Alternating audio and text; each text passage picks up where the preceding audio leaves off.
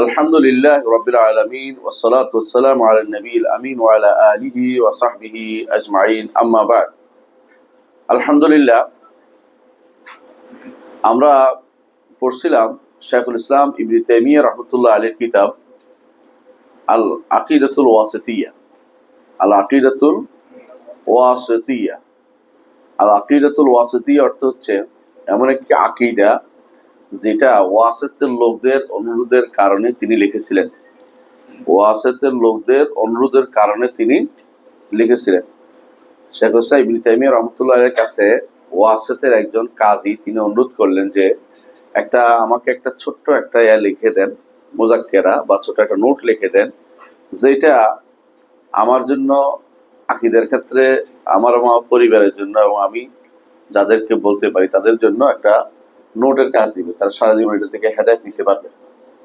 তো তিনি প্রথম নিষেধ করেছেন, পরে লিখে দিলেন তাকে আসর এবং মাগরিবের মাঝখানে, তাই না জোহর আসর মাঝখানে লিখে দিয়েছেন। জোহর এবং আসরের মাঝখানে লিখে দিয়েছেন। এটা লেখার পরে এই অল্প সময় তিনি যা লিখেছেন আমরা এতদিন ধরে তা পড়তেছি, আর পড়া শেষ হবে না, তারও অনেক দিন লাগবে। তিনি হচ্ছেন ইবনে তাইমিyyah রাহমাতুল্লাহ আলাইহি।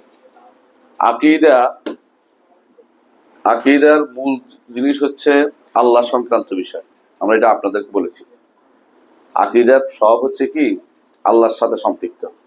আকীদা অর্থই বিশ্বাস, মানে আপনার বিশ্বাসটা যদি আল্লাহর সাথে সম্পৃক্ত হয়, বিশুদ্ধ হয়, তখন সেটা হলো বিশুদ্ধ আকীদা। আর আল্লাহর সাথে সম্পৃক্ত যদি কোনো অশুদ্ধ হয় তাহলে হলো অশুদ্ধ আকীদা। আল্লাহর সাথে সম্পৃক্ত হওয়ার পরে যদি বিশুদ্ধ হয়ে যায় এটা বিশুদ্ধ আকীদা। আল্লাহ কিসের সাথে সম্পৃক্ত হবে? আল্লাহর জাতের সাথে, এক নম্বর। দ্বিতীয়ত আল্লাহর কর্মের সাথে, এই দুইটা মিলে হচ্ছে রুবুবিয়ত। আর তারপর হচ্ছে আল্লাহর নাম ও গুণের সাথে, আসমা ও সিফাত, এই দুইটা মিলে হইলে আসমা ও সিফাত বলে, তাহলে আসমা ও সিফাত বলে। আর তৃতীয় হচ্ছে আল্লাহর অধিকারের সাথে, হক, আল্লাহর হকের সাথে, এটা হলো তাওহীদুল উলুহিয়া। এই তিনটি জিনিসের সাথে আকীদার বেশিরভাগ জিনিস জড়িত। পাঁচটা হয় মোট। একটা হলো আল্লাহর সত্তা, তারপরে কর্ম, তারপরে নাম, গুণ, তারপরে অধিকার। পাঁচটি জিনিস, হক যেটাকে বলে, অধিকার হক একই কথা।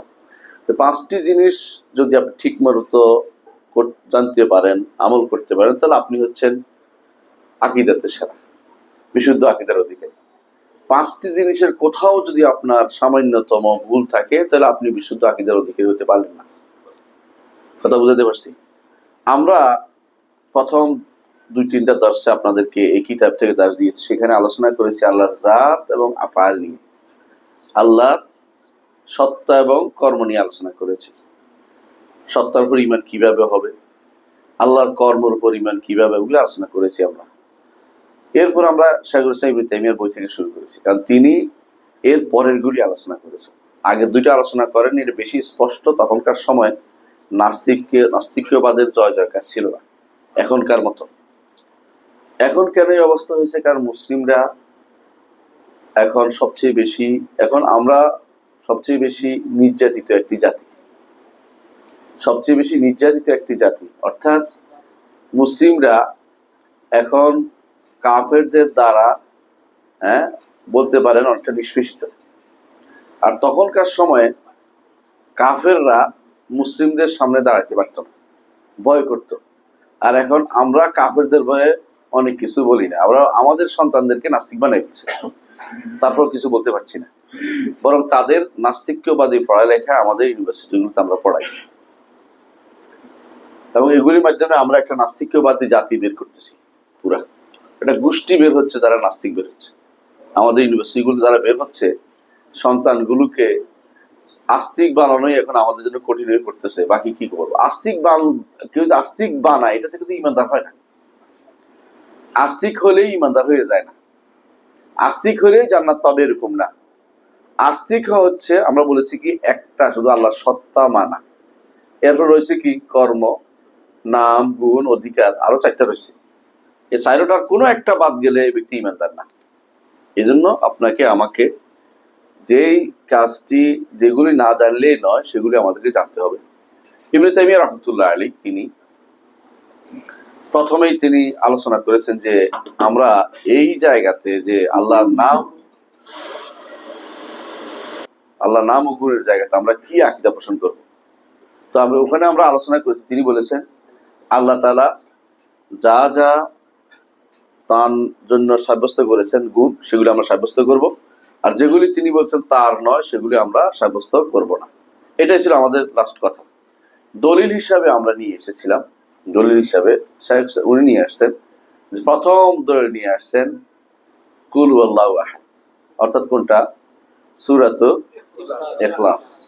এবং তিনি বলেছেন যে সূরাতুল ইখলাস এটা হচ্ছে যে সুলুসুল কোরআন, কোরআনের 3 ভাগের 1 অংশ। কেন 3 ভাগের 1 অংশ? কোরআন কারিমে তাওহীদের কথা আসছে, কাসাস আসছে, কাহিনী আসছে, আর একটা হলো আহকাম আসছে, আহকাম আসছে। এই 3টার মধ্যে সূরাতুল ইখলাসের মধ্যে শুধু কি আছে? সূরাতুল ইখলাসের মধ্যে শুধু তাওহীদ আসছে, কিসসা কাহিনী আসে নাই, আর এর মধ্যে আহকামও আসে নাই, অর্থাৎ সালাত যাকাত সাওম হজ এগুলি আসে নাই। তাহলে শুধু তাওহীদ থাকার কারণে সুলুসুল কোরআন আছে। এই জন্য সুলুসুল কোরআনের মানে এই সূরার গুরুত্ব অনেক বেশি। এটার মধ্যে আল্লাহর পরিচয় তুলে ধরা হয়েছে, আমরা এটাও আলোচনা করেছি। এটার মধ্যে আল্লাহর পরিচয় বলেছে কি কুল হুয়াল্লাহু আহাদ। তাহলে আল্লাহ তার একটি নাম, আহাদ তার একটি নাম ও গুণ। আল্লাহ শব্দটি নাম ও গুণ। নাম কারণ আল্লাহ হচ্ছে যুল মাবুদিয়া আলা খালকিহি আজমাইন, যিনি তার সমস্ত সৃষ্টির ইবাদত পাওয়ার মতো যোগ্য সত্তা, তিনি হচ্ছেন আল্লাহ। এটা ইবনে জারীর তাবারী রাহমাতুল্লাহ আলাইহির ব্যাখ্যা। আহাদ তিনি একক সত্তা। আল্লাহ ছাড়া কারো জন্য পজিটিভলি আহাদ শব্দ ব্যবহার হয় না আরবি ভাষাতে। আহাদ যখন বলা হয় একমাত্র আল্লাহকে বোঝায়, বুঝে আসছে তো। এই জন্য কিন্তু যদি নেগেটিভলি বলা হয়, যেমন ঘরে কেউ নাই তো বলছে লা আহাদ ফিল বাইত, ঘরে কেউ নাই বলতে হবে লা আহাদ ফিল বাইত বলা যায়, ঘরে কেউ নাই। কিন্তু ঘরে একজন আছে, এটার জন্য আহাদুন ফিল বাইত বলে না, বলে যে ওয়াহিদুন রাজুলুন ওয়াহিদুন ফিল বাইত, অথবা রাজুলুন ফিল বাইত, অথবা হুনাকা ওয়াহিদুন ফিল বাইত, কিন্তু আহাদুন বলে না। বুঝে আসছে কথাটা? মাফি আহাদ, ঘরে কি কেউ নাই, তখন আহাদ ব্যবহৃত, কিন্তু পজিটিভলি একমাত্র আল্লাহর জন্যই ব্যবহৃত হয়। এই জন্য আহাদ বললে আল্লাহকে বোঝায়। বেলাল রাদিয়াল্লাহু আনহুকে যখন মরুভূমির বালুতে টানা হতো তখন তিনি কি বলতেন? আহাদ আহাদ, অর্থাৎ একমাত্র আল্লাহকেই তিনি মানেন, আর দুনিয়ার কোনো মাবুদের তিনি ইবাদত করবেন না, একমাত্র আল্লাহর ইবাদত করবেন, তিনি ঘোষণা দিতেন আহাদ আহাদ। সেজন্য আহাদ, কুল হুয়াল্লাহু আহাদ। তাহলে আমরা কি পাইলাম? আল্লাহর নাম পাইলাম, গুণ পাইলাম, তাই না? আল্লাহুস সামাদ, আবার পাইলাম আল্লাহ আস-সামাদ। সামাদ হচ্ছে যার কর্তৃত্ব নেতৃত্ব অপ্রতিরোধ্য, যার কর্তৃত্ব নেতৃত্ব অপ্রতিরোধ্য, সবাই যার মুখাপেক্ষী, তিনি কারো মুখাপেক্ষী নন, তিনি হচ্ছেন সামাদ। এই জন্য সামাদ একটি শব্দ, পরবর্তী শব্দগুলির ব্যাখ্যা। পরবর্তী কি আসছে? লাম ইয়ালিদ ওয়া লাম ইউলাদ ওয়া লাম ইয়াকুল লাহু কুফুয়ান আহাদ। এগুলি, এই যে এতগুলি কথা বলছে, লাম ইয়ালিদ ওয়া লাম ইউলাদ ওয়া লাম ইয়াকুল লাহু, তিনটি, এই তিনটির ব্যাখ্যা হচ্ছে সামাদ। সামাদের ব্যাখ্যা এই তিনটি জিনিস। তাহলে সামাদ হচ্ছে যিনি কারো প্রতি মুখাপেক্ষী নন, সবাই তার মুখাপেক্ষী, বুঝছেন তো? লাম ইয়ালিদ ওয়া লাম ইউলাদ, জন্ম নেননি, জন্ম দেননি, এই দুইটা হইলেই কারো মুখাপেক্ষী হইতেন। কারো বুঝেন এটা? পিতা পুত্রের মুখাপেক্ষী, তাই না? পুত্র পিতার মুখাপেক্ষী, যেহেতু জন্ম দেননি নেননি, কিন্তু কারো মুখাপেক্ষী না।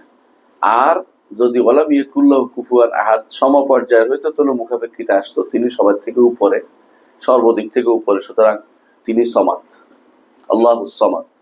এই জন্য আল্লাহর পরিচয়ের ক্ষেত্রে সবসময় বলবেন হুয়া সামাদ, ওয়াল্লাহু আহাদ, ওয়াল্লাহুস সামাদ। যদি আল্লাহর জাতের পরিচয় দিতে হয় যে আল্লাহ তাআলা তিনি এক এবং তিনি সামাদ, অমুখাপেক্ষী, এই দুইটা দিলে আপনি আল্লাহ তাআলার পরিচয় দিতে পারলেন। যেহেতু অমুখাপেক্ষী, সেহেতু বলতে হবে তিনি সৃষ্টির ভিতরে নন। সৃষ্টির ভিতরে হলে সৃষ্টির জন্য মুখাপেক্ষী। এখন বলবো কি তিনি সৃষ্টির বাইরে, সৃষ্টির বাইরে অর্থাৎ সৃষ্টির ভিতরের সাথে তার সংশ্লিষ্টতা, জাতের সংশ্লিষ্টতা নেই। তিনি সৃষ্টির ভিতর, সৃষ্টি পুরোটাই নিয়ন্ত্রণ করেন, তবে তিনি সৃষ্টির বাইরে, সৃষ্টির বাইরে, সৃষ্টির উপরে। সমস্ত সৃষ্টি নিচে, স্রষ্টা উপরে, স্রষ্টা উপরে। এটা আল্লাহ কোরআনে কারীম বলছে, একটু পরে আমরা এটা দলিল পাবো ইনশাআল্লাহ, একটু অপেক্ষা করছি। তো আল্লাহ সামাদ, লাম ইয়ালিদ ওয়া লাম ইউলাদ ওয়া লাম ইয়াকুল লাহু কুফুয়ান আহাদ, এই যে আয়াত হাদিস এটা উল্লেখ করলেন তিনি, ইবনে তাইমিয়া রাহমাতুল্লাহ আলাইহি সূরাটা নিয়ে আসলেন। তিনি বুঝাতে চাইলেন যে এটা হচ্ছে আল্লাহর নাম ও গুণ বর্ণনা করা হয়েছে এই সূরাতে, এই জন্য এটার মর্যাদাও বেশি। এবং এটার বলা হয় আযমু আয়াতিন ফি কিতাবিল্লাহ, আযমু সূরাতিন ফি কিতাবিল্লাহ, আল্লাহর কিতাবে বড় সূরা। কি হিসেবে বড়? মর্যাদা তাওহীদের দিক থেকে এটা বড়, এই হিসেবে আর কোনো কারণ না। এমনি সাধারণত সূরা ফাতিহাকে আযীম বলা হয়, সূরা ফাতিহা আযীম, কোনো সন্দেহ নেই। আর এটা হচ্ছে আল্লাহর শ্রেষ্ঠত্ব মর্যাদা বর্ণনার ক্ষেত্রে এটা সবচেয়ে বড়। না হলে এটা সূরা ফাতিহার মতো এত ব্যাপক জিনিস এটার ভিতরে নাই। এটা শুধু আল্লাহ সংক্রান্ত বিষয়ে এটা শ্রেষ্ঠ বর্ণনা।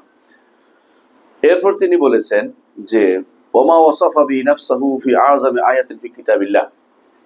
আজকে আমাদের পাঠক আসে নাই যেহেতু, আজকে আমরা এখান থেকে পড়বো ইনশাআল্লাহ। এরপরে ওমা আযমা বি নাফসা ওমা ওয়াসাফা বি নাফসা, আল্লাহ তাআলা তার নিজের নাম ও গুণ বর্ণনা করেছেন কোথায়? সূরা ইখলাসে। তারপর তিনি বলছেন যে আর তিনি তার নিজের গুণ বর্ণনা করেছেন আল্লাহর কিতাবের সবচেয়ে বড় আয়াতে। আল্লাহর কিতাবের সবচেয়ে বড় আয়াত কোনটা? আয়াতুল কুরসি। আয়াতুল কুরসি বড় হইল কেন? কেন আয়াতুল কুরসি বড়? রাসূলুল্লাহ সাল্লাল্লাহু আলাইহি ওয়াসাল্লাম এটাকে বড় বলেছেন, আমরা বানাইনি। কোথায় বড় বলেছেন? একদিন উবাই ইবনে কাব রাদিয়াল্লাহু আনহু, তার কুনিয়ত ছিল আবুল মুনদির, আবুল মুনদির। তো তিনি একদিন মসজিদে ছিলেন, রাসূলুল্লাহ সাল্লাল্লাহু আলাইহি ওয়াসাল্লাম বললেন যে আইয়ু আয়াতিন ফি কিতাবিল্লাহ আযম, উবাই তুমি কি জানো আল্লাহর কিতাবের মধ্যে সবচেয়ে বড় আয়াত কোনটি? তো তিনি বললেন যে আল্লাহু লা ইলাহা ইল্লাল হাইয়ুল কাইয়্যুম। তিনি বলে আয়াতুল কুরসি পড়ে শোনালেন। রাসূলুল্লাহ সাল্লাল্লাহু আলাইহি ওয়াসাল্লাম তখন বললেন লিয়াহনিকাল ইলমা আবুল মুনদির, আবুল মুনদির ইলম তোমাকে হাতছানি দিই, ইলম তোমাকে সাদর সম্ভাষণ জানায়।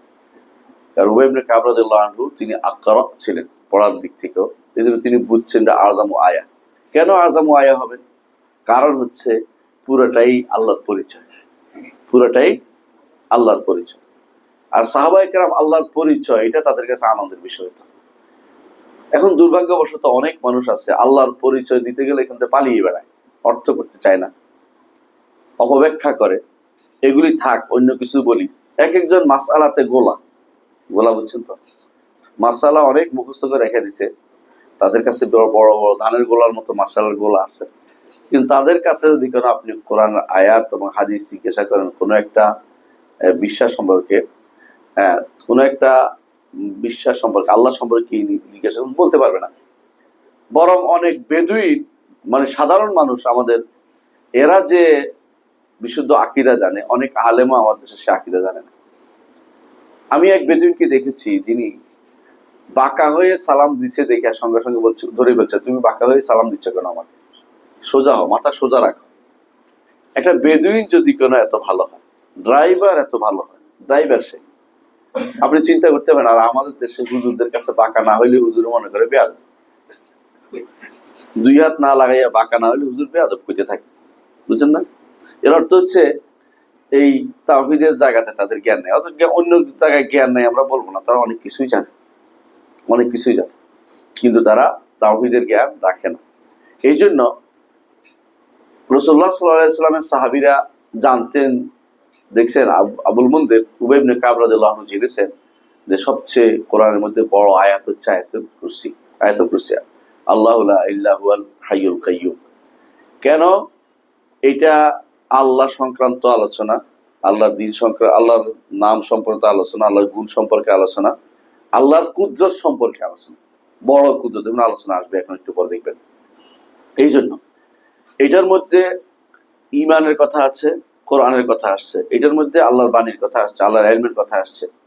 এটার মধ্যে দেখবেন যে আল্লাহর অনেক অনেক আল্লাহর মর্যাদার কথা আসছে, আল্লাহর মর্যাদার কথা আসছে, এবং ঈমানের অনেকগুলো অনেকগুলো অংশের কথা এখানে উল্লেখ করা হয়েছে।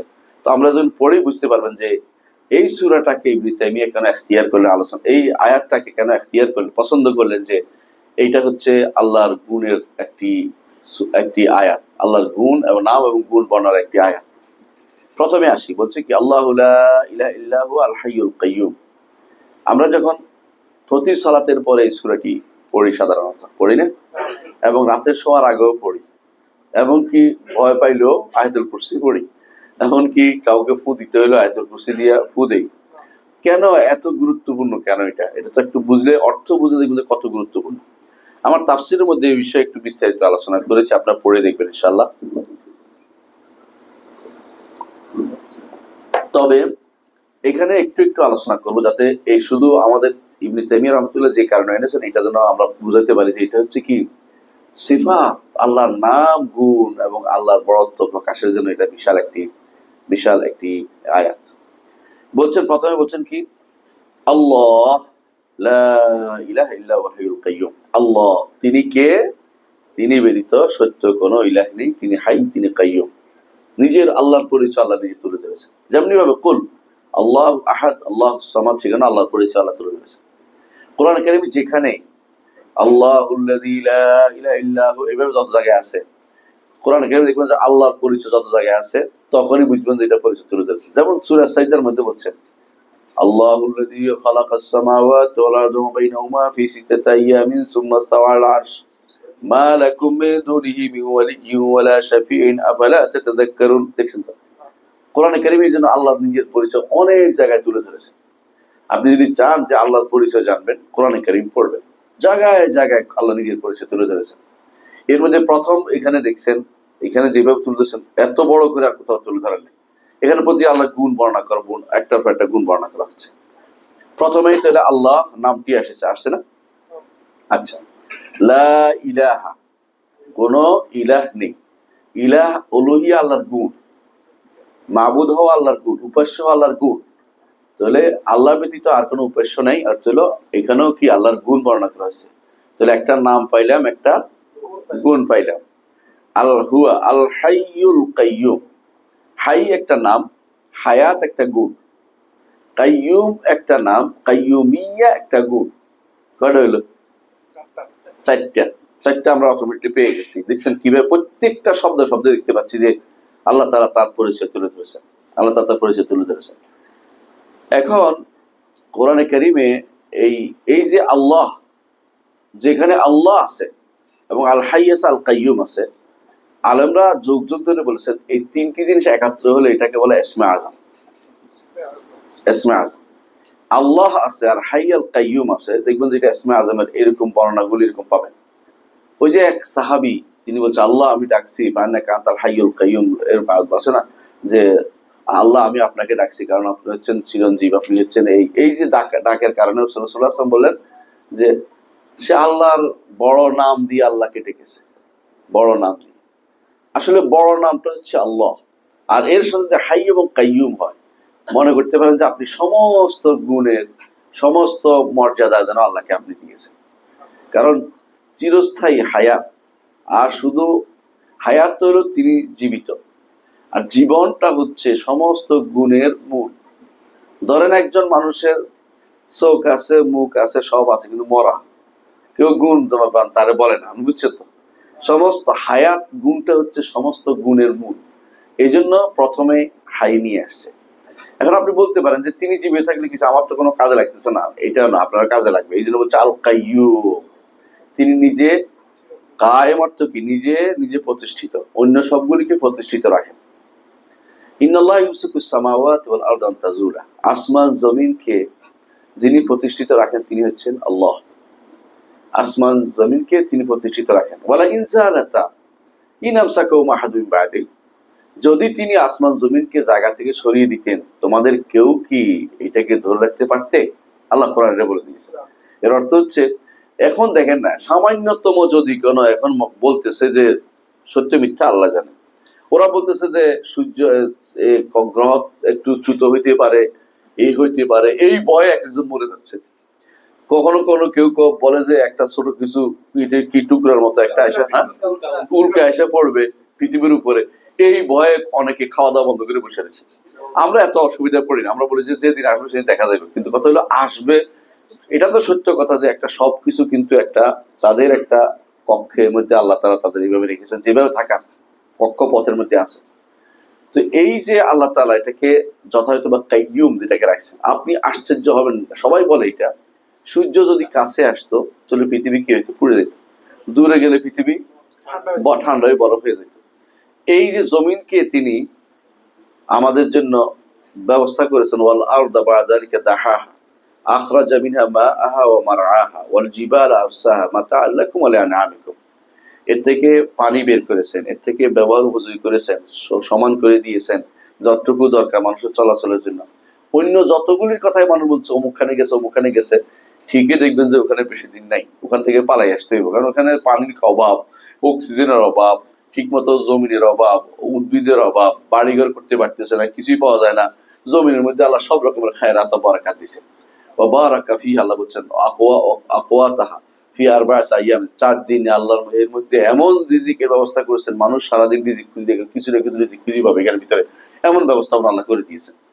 এইটা হলো এই জমিনের মধ্যে আল্লাহ এইভাবে দিয়েছেন। অন্য কোথাও যেগুলিকে তারা খুঁজে বেড়াচ্ছে এগুলির মধ্যে এগুলি কিছু পাওয়া যাচ্ছে না, এই জন্য তারা এখান থেকে বাক্স নিয়ে নিয়ে যায় যে এখানে অক্সিজেনের অভাব, কেউ বলে অমুক সমস্যার অভাব, ওখানে অমুকটার অভাব, কিন্তু এইখানে আল্লাহ তাআলা সব রকমের ব্যবস্থাপনা করে দিয়েছেন।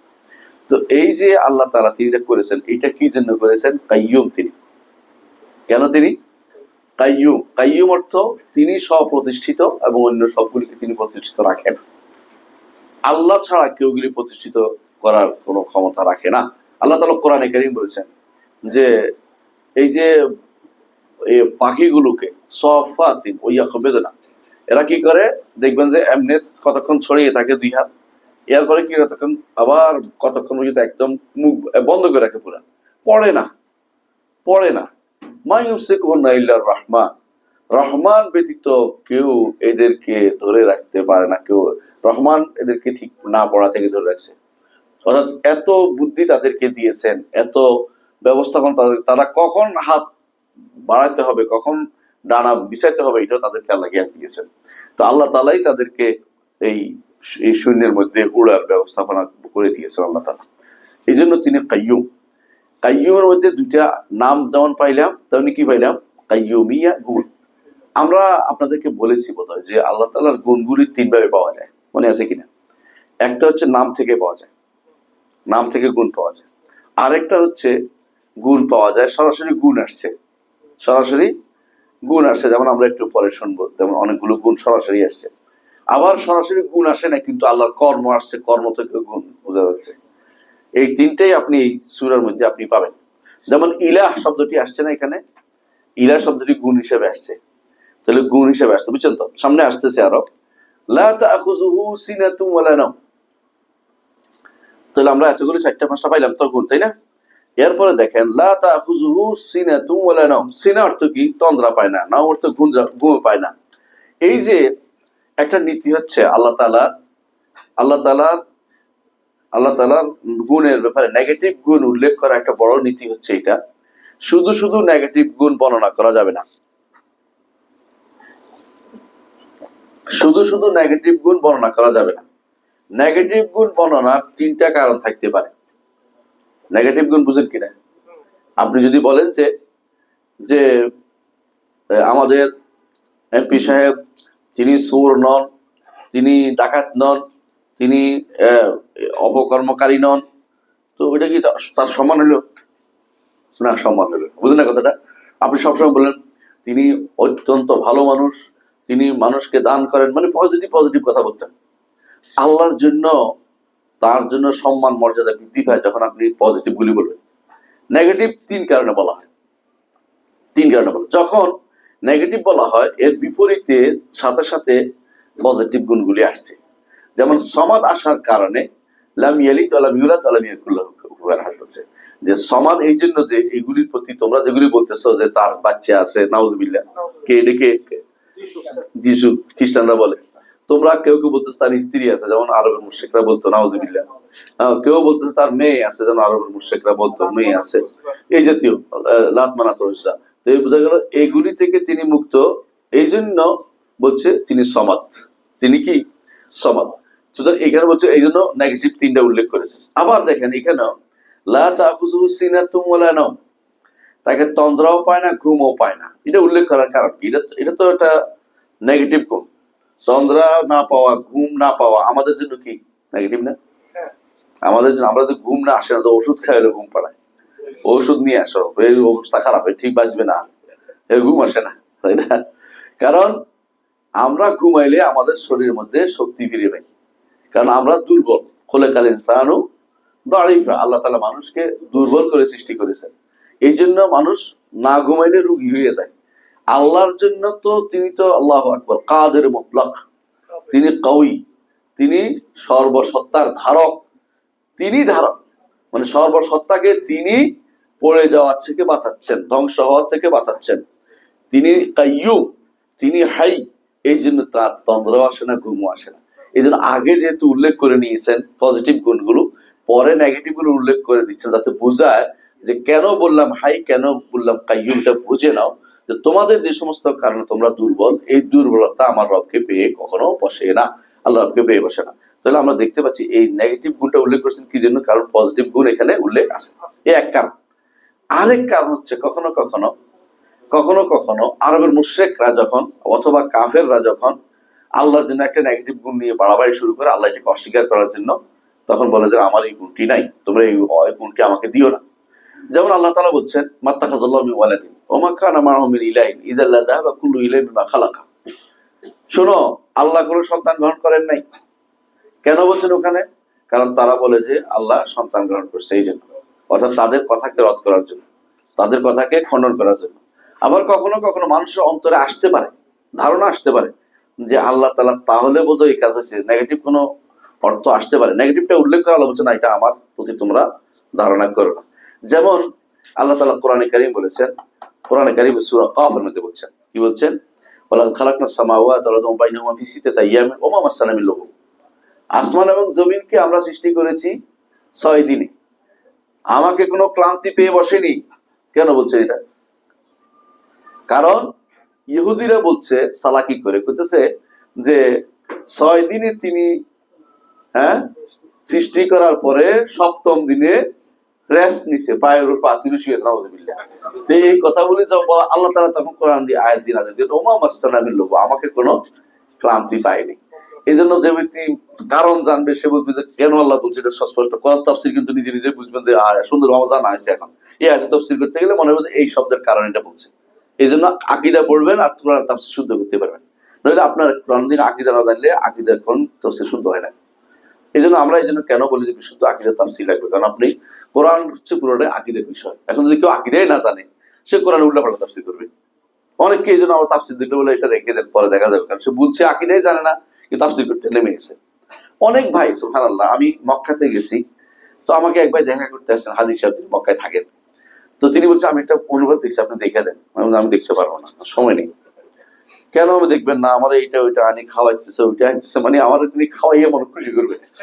তো আমি বললাম ভাই আপনি একটু বুঝতেছেন না কেন, এটা ভুলটা। আমি উল্টা বলতে, এই যে শব্দটা আপনি লিখছেন এটা অর্থ বুঝেন?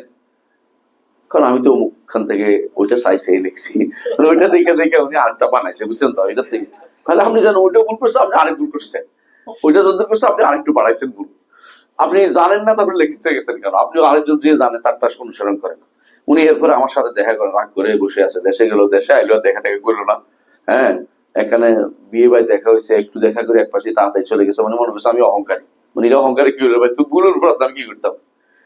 দেখি এরপরে এটা উনি ফেসবুকে প্রচার করতেছে, মানে মানুষের পাওয়ার জন্য খুব বেশি করে। আল্লাহ কুল্লি হাল, আকীদা যদি শুদ্ধ না হয় তাফসীর করা উচিত না। কারণ প্রত্যেকটি কালেমার সাথে কোনো না কোনো আকীদারটা কি আছে, যোগসূত্র আছে। আপনি মনে করেন না, এই জন্য তাফসীর আকীদারকে গুরুত্ব দিয়েই আমরা কেন ইবনে জারীর তাবারী রাহমাতুল্লাহ আলাইহি গুরুত্ব দিই? কারণ মুহাদ্দিস, মুফাসসির, আকাদি সব দিক থেকে তিনি সেরা। তেমনি ভাবে ইবনে কাসিরকে কেন গুরুত্ব দেই? মুহাদ্দিস, মুফাসসির, আকাদি সব দিক থেকে সেরা, ইবনে তাইমিয়ার ছাত্র। এই জন্য গুরুত্বটা এখানে। অনেকে তো বুঝে না কেন গুরুত্ব দিচ্ছি, কারণ বুঝতে তো হবে। কিন্তু আবার দেখেন আরেকজনের তাফসীর, জামাখশরীর তাফসীর বলে যে না আকীদা ঠিক নেই। কেন? তিনি তার মতো করে একদিক ঘুরে গেলে একটা বানাই ফেলছে নতুন করে। এই জন্য আমরা বলি যে জামাখশরীর তাফসীর পড়ার দরকার নেই, বলি না। কেন বলি? কারণ আকীদা নষ্ট হয়েছে। তাফসীর তো অনেকে করে ফেলে তাফসীর, তাফসীর অনেকে করলো, এটা নেওয়া যায় না, কারণ ভুল অর্থ অনেকেই ভুল অর্থ নিয়ে যায়। তাহলে বোঝা গেল যে 3 কারণে সাধারণত নেগেটিভ গুণ উল্লেখ করতে হয়। আল্লাহ তাআলা এখানে উল্লেখ করেছেন কেন, লা তাখুযু সিনাতুন ওয়ালা নাওম, যাতে করে প্রকাশ পায় যে তিনি কামাল, তিনি তার হায়াতে পরিপূর্ণ, তার কাইয়ুমিয়াতে পরিপূর্ণ, কাইয়ুম, এবং তিনি হাইয়ুন কাইয়ুম। দুনিয়ার কেউ যত হায়াত পাবে, কতটুকু আল্লাহ যতটুকু দিছে অতটুকু, কত কম তার জীবনটা জানেন তো, প্রতিদিন একবার মরে, ঠিক কিনা বুঝছেন নি? ঘুম, ঘুমানেই মানে মৃত্যু। কারণ আল্লাহ কোরআন উল্লেখ করেছে, আল্লাহ ইয়াতাওয়াফাল আনফুসা হিনা মাউতিহা, আল্লাহ মানুষ যখন ঘুমায় তখন তার রূহটা হরণ করে নিয়ে যায়, বুঝছেন তো? ওয়াল্লাতী লা তামুতু ফী মানামিহা, যে ঘুমের মধ্যে মরে না আল্লাহ তার উপরে ফেরত দেয়। তাহলে বোঝা গেল যে একজন মানুষ প্রতিদিন একবার মরে। তাহলে মানুষের জীবনটা একেবারেই ক্ষণস্থায়ী, এই জীবন নিয়ে তো বাড়াবাড়ি করার কিছু নেই। আর তিনি হাই, তিনি চিরঞ্জীব, তিনি হচ্ছেন আল্লাহ রাব্বুল আলামিন। এই জন্য তার এটাকে পরিচয় তুলে দেওয়া হচ্ছে, লা তাখুযু সিনাতুন ওয়ালা নাওম, সাবধান, তোমরা মনে করিও না যে তোমাদের জীবনের মতো জীবনটা মনে করার কোনো কারণ নাই, কারণ তোমাদের জীবন হচ্ছে কিছুক্ষণ বাঁচি কিছুক্ষণ মরি, কিন্তু আল্লাহ তাআলার জীবন হচ্ছে তিনি চিরঞ্জীব, তিনি কখনো, তিনি তার তাওয়াক্কাল আল হাইয়্যিল্লাযী লা ইয়ামুত, এমন সত্তা যিনি কখনো মারা যাবেন না। আল্লাহ নিজেই ঘোষণা করেছেন আল হাইয়্যিল্লাযী লা ইয়ামুত, এমন এক সত্তা যিনি কখনো মারা যাবেন না। আচ্ছা, তারপর বলছেন কথা গেল আল হাইয়ুল কাইয়ুম, আল হাইয়ুল কাইয়ুম। এরপর বলছেন যে লাহু মা ফিস সামাওয়াতি ওয়া মা ফিল আরদ, লাহু মা ফিস, আর কাইয়ুমের কথা, হাই এবং কাইয়ুমের গুণ বর্ণনা করছে তো, তাই না? হায়াত এবং কাইয়ুমিয়া, তা বুঝছেন তো? লা তাখুযু সিনাতুন ওয়ালা নাওম, এখানে দুইটা গুণ, এই দুইটা গুণ নেগেটিভ দুইটা গুণ, এই দুইটা হলো নেগেটিভ দুইটা গুণ, যে তার তন্দ্রাও পায় না, তাকে কোনো তন্দ্রাও পায় না, তাকে ঘুমও তাকে পায় না। এই দুইটা হচ্ছে, এই দুইটাকে বলা হয় সিফাত সালবিয়া, সিফাত সালবিয়া। আর আগে এতক্ষণ যেগুলি সাব্যস্ত, যেগুলি সিফাত, সিফাত এগুলি বলা হয় সিফাত উজুদিয়া, বা সিফাত যেগুলি গুলো মুজিবা বা পজিটিভ সিফাত বলে, এগুলিকে পজিটিভ সিফাত। হ্যাঁ, সিফাত ইজাবিয়া, ইজাবিয়া বলছে পজিটিভ সিফাত, আর এগুলো নেগেটিভ সিফাত উল্লেখ করেছে। দুই রকমের গুণই আল্লাহর জন্য আমরা আলোচনা করব। আল্লাহ যেগুলি বলছে, কিন্তু নেগেটিভ সিফাত বানাইতে বলতে পারবেন না, তেমনি ভাবে পজিটিভ সিফাত বানাই বলতে পারবেন না। বানাই কোনো জিনিস সিফাত বানানো যাবে না, যেটা আসছে ওইটা বলতে হবে। কোথায় আসছে? 3 ভাবে আসে, আমরা বলছি নাম থেকে আসে, অথবা সরাসরি আসে, অথবা কোনো কর্ম থেকে আল্লাহর গুণ সাব্যস্ত হয়, তিনটার একটা। লাহু মা ফিস সামাওয়াতি ওয়া মা ফিল আরদ, আসে লাহু অর্থ মালিকানা, তো মিল্ক তার একটা গুণ, মালিকানা তার একটা গুণ, মালিক হওয়া তার একটা গুণ। তিনি সবকিছুর মালিক, পরিপূর্ণ মালিক। কে? আসমান এবং জমিনে যা কিছু আছে সবকিছুর মালিক কে? আল্লাহ। ইন্না নাহনু নারিসুল আরদা ওয়া মান আলাইহা ওয়া ইলাইনা ইরজাউন, আমরা, আল্লাহ বলছে, আমরা জমিনের সব কিছুর ওয়ারিশ হব, ওয়া ইলাইনা ইরজাউন, সবাই আমার কাছে ফিরে আসতে হবে। দুনিয়ার বুকে, হ্যাঁ, আজকে যে রাজা কালকে সে খাজা না প্রজা, কালকে সে পালা, যে হোক, এরকম রাজা প্রজার এই যে খেলা চলতেছে, এটা হচ্ছে একেবারে যতজনই হোক, একটা সময় আসবে কেউ নেই, তখন জমিনের মালিক কে? আল্লাহ। এখনো তিনি মালিক, এখন এই মালিকানা দেখা যাচ্ছে না, মানে আমি বাহ্যিক দৃষ্টিতে আমি মালিক, এই বাড়ির প্রকৃত মালিক, এই গাড়ির প্রকৃত মালিক, তাই না? অমুকটার প্রকৃত মালিক, আসলে প্রকৃত মালিক হচ্ছেন রব্বুল আলামিন। তেমনি ভাবে তিনি সবসময়ের জন্য মালিক, এখনো মালিক, পরেও তিনি মালিক। আল্লাহ নিজে বলছেন এটা, ইন্না নাহনু নারিসুল আরদা ওয়া মান আলাইহা, সব আবার আমার কাছে, আল্লাহর কাছে, ইলাইনা ইরজাউন, আমাদের কাছে প্রত্যাবর্তন করতে হবে। সুতরাং লাহু মা ফিস সামাওয়াতি ওয়াল আরদ, এই যে মালিকানা, এটাও তার একটা কি গুণ, বুঝছেন তো? এটাও তার একটা গুণ, আসমান এবং জমিনের সবকিছুর মালিকানা তারই। মান যাল্লাযী ইয়াশফা'ু ইনদাহু ইল্লা বিইজনিহি, এমন কে আছে যে তার কাছে তার অনুমতিতে সুপারিশ করবে? এটা কেন বলছে বলেন তো? এটার সাথে মালিকানার কি সম্পর্ক? সম্পর্ক হচ্ছে এটা, সাধারণত আপনি যদি কোনো কিছুর মালিক হন, তো একটা সুপারিশ করার অধিকার রাখেন, রাখেন না? অথবা যদি দুজনের অংশীদার হন, তবুও কিন্তু আপনারা কি করেন? আমার অংশীদার, আমি সুপারিশ করতেছি, আমার অংশ সুপারিশ করতে পারবো না, তুই আমার সুপারিশ নিবি না কেন? আমি তো আমার, হ্যাঁ, এই যে আমাদের হাসান ভাই, তিনি কেবল আমার ফ্যাক্টরির আমার কি একটা সুপারিশও নিবে না, এটা তো হইতে পারে না। হ্যাঁ, কিন্তু যেহেতু মালিকানা একমাত্র আল্লাহ, আল্লাহর মালিকানায় সেখানে কোনো সুপারিশ করার জন্য কি লাগবে? অনুমতি লাগবে। আপনি আরেকজনের বাড়িতে বলতে পারবেন যে, এই তো তোমার বাড়ি এটা অমুককে দিয়ে দাও, তোমার কি কাম এটাতে? কিন্তু ওই বাড়ির যদি আপনার সামান্য অংশ থাকে, বলুন যে ওরা একটু দাও, তাহলে ফালাইতে পারবে না, কেউ এর তো অংশ আছে, দিয়ে দিই, অসুবিধা নেই। কিন্তু যেহেতু কোনো মালিকানা নেই, কোরআনে কারিমে আল্লাহ তাআলা সূরা সাবাতে এটা উল্লেখ করেন। সূরা সাবা 22-23 নম্বর আয়াত, 22 এবং 23 নম্বর আয়াত, সূরা সাবা। উলিদুল লাযিনা যাআমতুম মিন দুনিল্লাহ, কুল, হে নবী আপনি বলে দিন, উদুল লাযিনা যাআমতুম মিন দুনিল্লাহ, তাদেরকে ডাকো যাদেরকে তোমরা আল্লাহ ছাড়া কি মনে করো, তোমাদের উপাস্য মনে করো। লা ইয়ামলিকুনা মিসকালা যারাতিন ফিস সামাওয়াতি ওয়ালা ফিল আরদ, আসমান ও জমিনের রায় পরিমাণও তারা মালিক না। ওয়া মা লাহুম ফীহিমা মিন শিরকিন, এই দুইটার মধ্যে কোনো শরীকানা অংশীদারও তাদের নাই। তাহলে মালিকও না, অংশীদারও না। তাহলে হইতে পারে কি, আমরা তো সাহায্য তো করছি, অংশীদার না হলে কি, তোমার কর্মকাণ্ডে আমি সাহায্য করি না, বুঝেন না কথাটা? ফ্যাক্টরির শ্রমিক এসে, বড় শ্রমিকটা এসে যদি কোনো বলে যে এহসান ভাই আপনি যে এত বড় ফয়সালা হয়েছেন, আমি কিন্তু অনেক সাহায্য করছি, মালিক না হতে পারি, শরীক না হতে পারি, এইটাও আল্লাহ বলছে লা ওমা লাহুম ফীহিমা মিন যাহির, এই আল্লাহ আসমান জমিন সৃষ্টি কোনো সাহায্যকারী লাগেনি। তাহলে আর তিনটে শেষ হয়ে গেছে, মানে আপনার কোনো কিছু পাওয়ার যোগ্যতা শেষ। এরপরে আবার কইতে পারেন যে একেবারে না পারলে কিছু তো সুপারিশ তো করতে পারি, আল্লাহ বলছে। এরপর আয়াতে বলতেছে যে ওমা লাহুম মিন যাহির ওয়ালা তানফাউ শাফাআতু ইনদাহু ইল্লা লিমান আযিনা লাহু, সুপারিশ করতে হলে অনুমতি পেতে সুপারিশ করার অধিকারের কারণে। ব্যাস, শিরকের একেবারে গোড়া কেটে দিয়েছে। এটা চারটা জিনিস, যে হয় তুমি মালিক হলে সুপারিশ করতে দাবি করতে পারতে যে আমার ইবাদত করো, তুমি অংশীদার হলেও দাবি করতে পারতে, সাহায্যকারী হলেও দাবি করতে পারতে, সুপারিশকারী হলেও দাবি করতে পারতে, একটাও নাই। তো তুমি কিসের ভিত্তিতে দুনিয়ার অন্য কারো ইবাদত করো?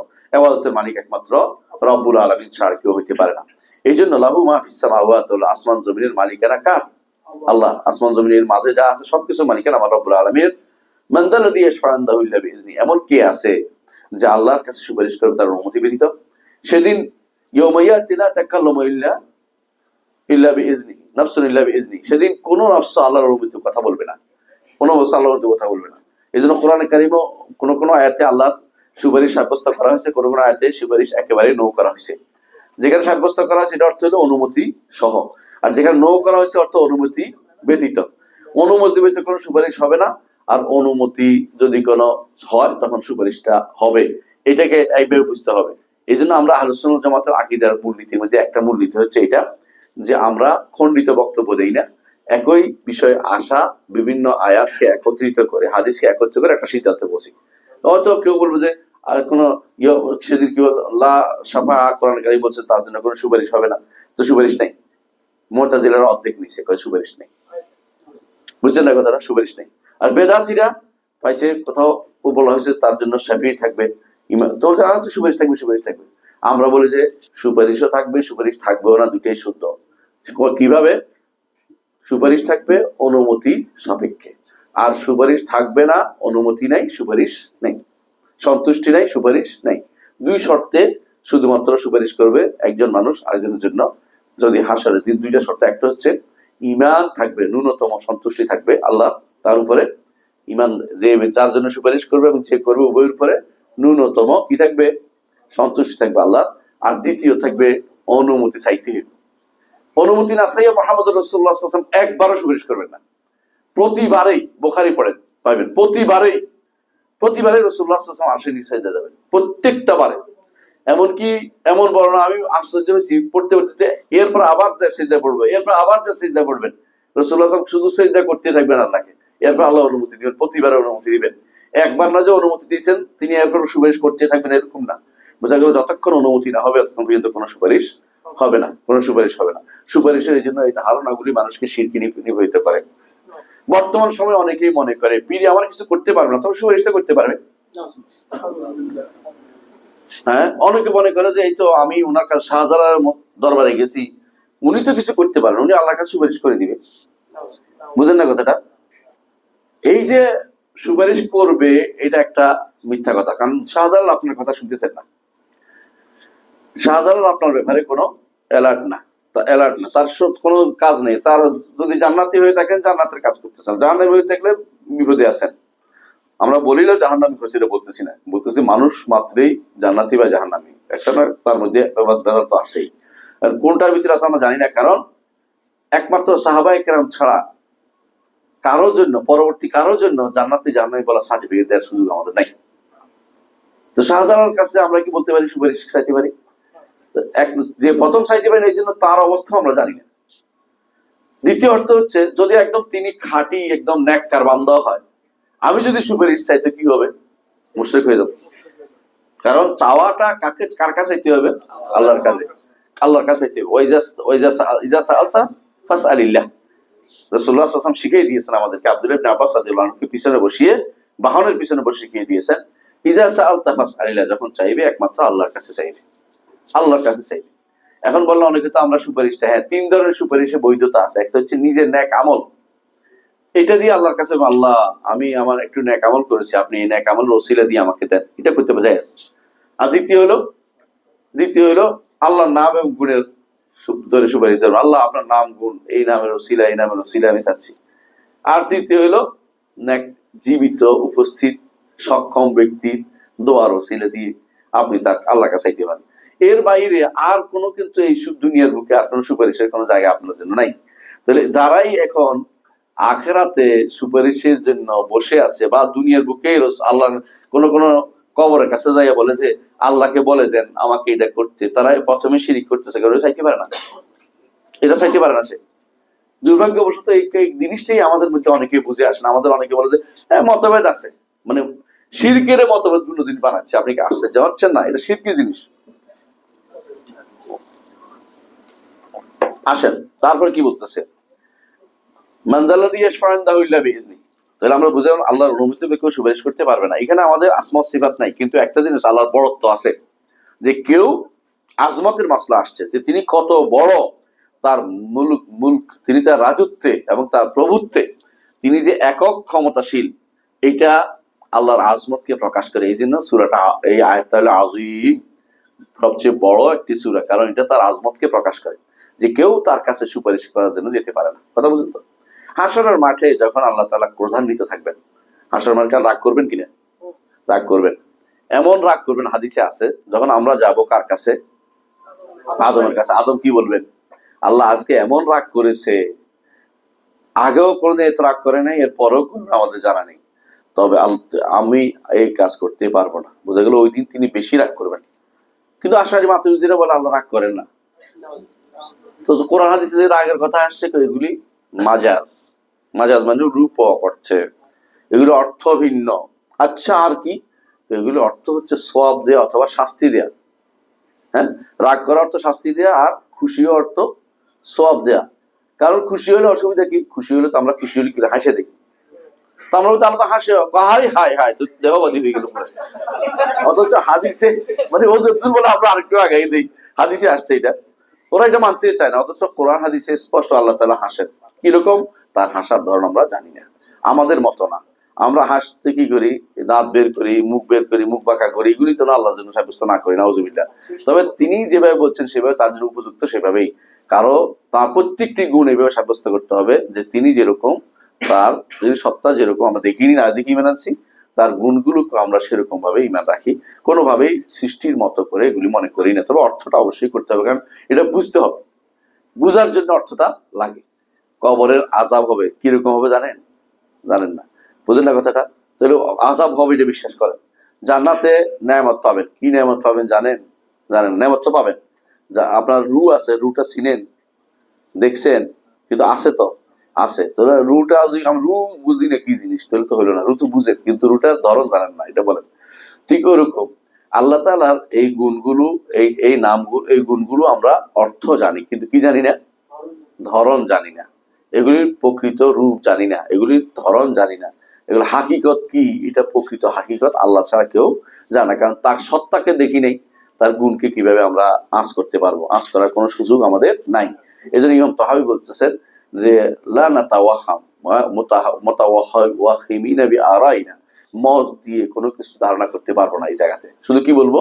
অর্থটা বুঝি, কিন্তু ধরনটা জানি না। আচ্ছা আসেন, এরপরে বলতেছে ইয়ালামু মা বাইনা আইদিহিম ওয়া মা খালফাহুম, তিনি জানেন তাদের মা বাইনা আইদিহিম ওয়া মা খালফাহুম, তাদের সামনে যা আছে পিছনে যা আছে। কাদের?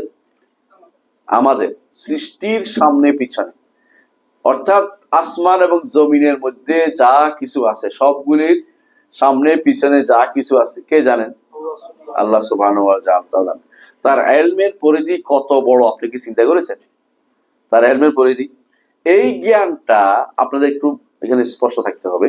আল্লাহর জ্ঞান জানাটা আমাদের জানার মতো না। আমরা কিভাবে জানি জানেন? একরকম জ্ঞান হচ্ছে, কিছু জ্ঞান আল্লাহ আমাদেরকে দিয়ে দিয়েছেন ছোটকাল থেকে, বুঝেন না? এটাকে বলা আকলে গারিজি, এমন জ্ঞান যে জ্ঞানটা আমরা সাধারণত বংশ পরম্পরা পাই। এটা গরুও একটা পায়, ছাগলও একটা পায়। দুধ খাইতে হইব ছোট বাচ্চা, এটা তো ছাগলটাকেও শিখিয়ে দিছে, মায়ের দুধ খাচ্ছে, বুঝেন না কথাটা? কিছু জ্ঞান তারা পায়, এটা হলো আল্লাহ দিছে জন্মসূত্রে কিছু জ্ঞান দিয়ে। আর কিছু জ্ঞান তারা কি করে? অর্জন করে। এই জাতীয় জ্ঞান যেগুলো আছে, ইলম যেগুলো আছে, এগুলি সৃষ্টি কিছু স্রষ্টা কর্তৃক সরাসরি দিয়ে পাঠিয়ে দিয়েছেন, আর কিছু তাদেরকে অর্জন করার জন্য তৌফিক দিয়েছেন, এজন্য তারা অর্জন করেছে। এটা হলো কি? মানুষের জ্ঞান, সৃষ্টির জ্ঞান। স্রষ্টার জ্ঞান কিন্তু অর্জিত জ্ঞান না। এটা মাথায় রাখতে হবে। স্রষ্টার জ্ঞান কেন হলো?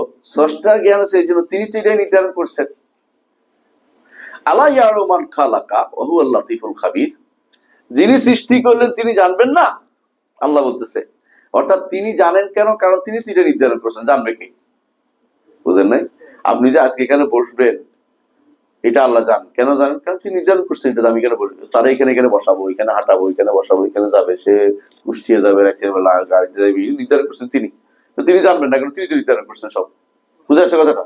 তো আমাদের জ্ঞানটা হচ্ছে এই জন্য যে আমাদেরটা তিনি নির্ধারণ করে রাখছেন বলেই তিনি নির্ধারণ করছেন তার এলমের ভিত্তিতে, এলমের যেভাবে তার ইচ্ছা এভাবে তিনি নির্ধারণ করছেন যে এটা করো, এটা করবে, এটা করবে, বান্দা এটা করবে, এটা করবে। এই জন্য আমরা এটার উপর চলতেছি, তার এলমের উপর চলতেছি আমরা, তা তিনি যেভাবে নির্ধারণ করেন সেভাবে আমরা চলতেছি। এই নির্ধারণ এই নয় যে আমরা করব এরপরে আল্লাহ জেনেছেন, হ্যাঁ, এটা বলে অর্থ হচ্ছে আল্লাহ আগে করার আগে জানতেন না। কথা বুঝছেন কিনা? এইটা কুপুরি কালাম, এটা কোন ইমানদার বলতে পারে না।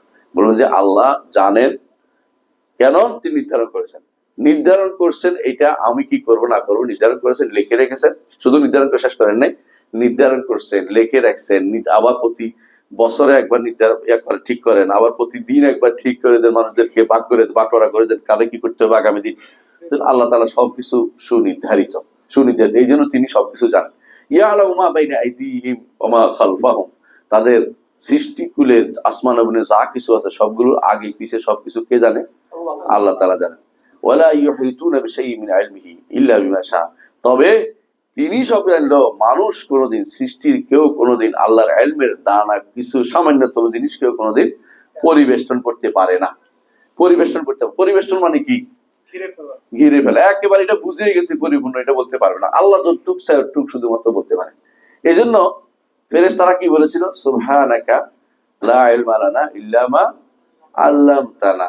আল্লাহ আপনি কতই না পবিত্র, আমাদের ইলম নাই, যতটুকু আল্লাহ আপনি দিয়েছেন ততটুকুই শুধু বলবো, এর বাইরে তো আমাদের ইলম নাই। এই জন্য কেউ যেন ইলম পাইলেই না বলে না বসে যে আমি অনেক বেশি জানি। বলতে হবে কি? যে আল্লাহ ওয়া রাসূলুহু আ'লাম, আল্লাহ এবং তার রাসূল বেশি জানেন। সাহাবায়ে কেরাম এটাই বেশি বলতেন, আল্লাহ তাআলা জানতেন। এখন বলবো আল্লাহু আ'লাম, আল্লাহ বেশি জানেন। রাসূলের যুগে এটা কেন বলতেন? কারণ রাসূল ওহী আসতো, এই জন্য রাসূল জিজ্ঞাসা করতেন। এখন তো আর ওহীটা এসে, এখন বলতে হবে আল্লাহু আ'লাম, আল্লাহ ভালো জানেন, আল্লাহ ভালো জানেন, আল্লাহ বেশি জানেন, এটা বলতে হবে। আল্লাহ সবচেয়ে বেশি জানেন। আমাদের কাছে বলতে হবে, আমরা সবসময় দোয়া করতে পারবো রব্বি জিদনি ইলমান, হ্যাঁ, সব জিদনি, আল্লাহ আমার ইলম বাড়িয়ে দিন, আল্লাহ আমার ইলম বাড়িয়ে দিন, ইলম আমাদের কমতি আছে। তাহলে বোঝা গেল যে আল্লাহ তাআলা এই যে ইলম, এটা আল্লাহর একটা কি সিফাত না? একটা সিফাত সাব্যস্ত হলো। এবং আপনি জানেন যে এই সিফাতটা, ইলম সিফাতটা এমন একটা সিফাত যে সিফাতটা এই হায়াতের পরে গুরুত্বপূর্ণ, হায়াতের পরে, বুঝছেন তো? হায়াত এবং কাইয়ুমের পরে। কারণ আপনি জগতের সব কিছুর জন্য ইলম লাগে। আপনাকে সন্তান দেওয়ার ক্ষেত্রে লাগবে না আল্লাহর ইলম? লাগবে না? আপনাকে সুস্থ করার জন্য লাগবে না? আপনাকে বিপদ থেকে উদ্ধার করার জন্য লাগবে না? মানে ইলম কোন জায়গায় লাগবে না? জগৎ সুন্দর করে সাজানোর জন্য ইলম লাগবে। জগতের কোথায় কোন প্রাণী আছে সমুদ্রের তলে, সমুদ্রের নিচে যে কত প্রাণী আছে আপনি বলতে পারবেন? আপনি পারবেন না, কারণ তিনি রেখেছেন, এগুলিকে সৃষ্টি করেছেন, নির্ধারণ করেছেন, তিনিই তো জানেন, তিনিই তো শুধু জানেন, আর কারো তো জানার তো কোনো সুযোগ নেই। তিনি ব্যতীত কেউ এগুলি এগুলি পরিবেশন করতে পারে, তার এলেম তো দূরের কথা, এগুলি জানতে পারবে না।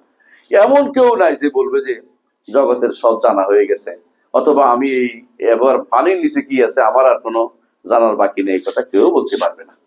বহুত মানুষ এখন পর্যন্ত পানির নিচে ঘুরে বেড়ায়, ঘুরে বেড়ায় কি জন্য? জানার জন্য, কি দেখতে পায়, কেউ ওইটা দেখে আসে প্রচার করে। জঙ্গলের জিনিসও তো মানুষ এখনো বের করতে পারেনি। আমাজন জঙ্গলকে মানুষ ঘুরে বেড়াচ্ছে যে জানার জন্য কি জিনিস আছে না আছে। কোথাও কোথাও এখানে এই অবস্থা কেন, এটা কোনো ব্যাখ্যা দিতে পারে না। আমাদের মদিনাতে একখানে ওই যে পানি কেন উল্টা দিকে যায়, এ নিয়ে তো জিন পাহাড় বানাই ফেলছেন আপনারা। এটা জিনের কোনো কাম নেই, কেবল পানি ঠেলো, পানি দিয়ে উপরে ঠেলে দাও, গাড়ি দিয়ে ঠেলে দাও, জিন বুঝিয়ে কামের জন্য বসে রয়েছে। এটার কোনো কারণ জানা যায়নি, এটা আপনি কিভাবে জানবেন? জিন পাহাড় বানাই ফেলছে, এটা জিন যায়। এবং অনেকে জিন দেখতে যাইয়া মরেও গেছে, মানে এটা কি মনে অর্থ কি হয়েছে, চালাকি করছে, উল্টা দিকে যাইয়া ব্রেক বন্ধ করে রেখেছে। এবং এটা তো উল্টে, গাড়ি তো জোরে এসে গাড়ি উল্টে গেছে, তাহলে মরে যাবে। এখন এই জন্য এসে বন্ধ করে দিচ্ছে, যাওয়া বন্ধ করে দিচ্ছে, এখান থেকে তোমার মারা যায়, হাজিরা মারা যাচ্ছে এই জন্য। তো আলা কুল্লি হাল, তাহলে দেখা গেল যে আল্লাহ তাআলা ইলমটা এইটা খুব এত বেশি মানে ব্যাপক ইলম, যেটার সাথে আমরা চিন্তা করে কোনো কিছু করতে পারি। তার ইলমের কিছু কতটুকু পেতে পারি আমরা একটা উদাহরণ দিই। মুসা আলাইহিস সালাতু ওয়াস সালাম, তিনি তার কওমের মধ্যে একদিন দাঁড়ালেন। দাঁড়ানোর পরে তাকে বলা হলো যে, জিজ্ঞাসা করা হলো, ওয়াজ করতে দাঁড়াইছে আর কি, যে জগতের বর্তমানে বড় আলেমকে? তিনি বলছেন আমি। জিজ্ঞাসা ভুল না, কারণ আসলেই তো মুসা আলাইহিস সালাতু ওয়াস সালাম তখনকার শুনে বড় আলেম, কিন্তু আল্লাহর কাছে পছন্দ হয় নাই। তো বলা দরকার ছিল কি আল্লাহ জানে। এই জন্য আল্লাহ তাআলা বললেন যে, মুসা তুমি, তোমার চেয়ে বড় আলেম আছে, তো কোথায় আমি তার কাছে যাবো? মানে উনি আর লা আবরাহু হাত্তা আবলুগা মাজমাআল বাহরাইন, আমার শান্তি নেই, ও আলেম খুঁজি বের করবো। তো আল্লাহ তাআলা বললেন মাছ গুনা করে নিয়ে যাও। নিয়ে গেছে, সেই মাছ কাহিনী পড়ে গেছে, ইতিহাস পড়ছেন আপনারা, এটা লম্বা করতেছি না।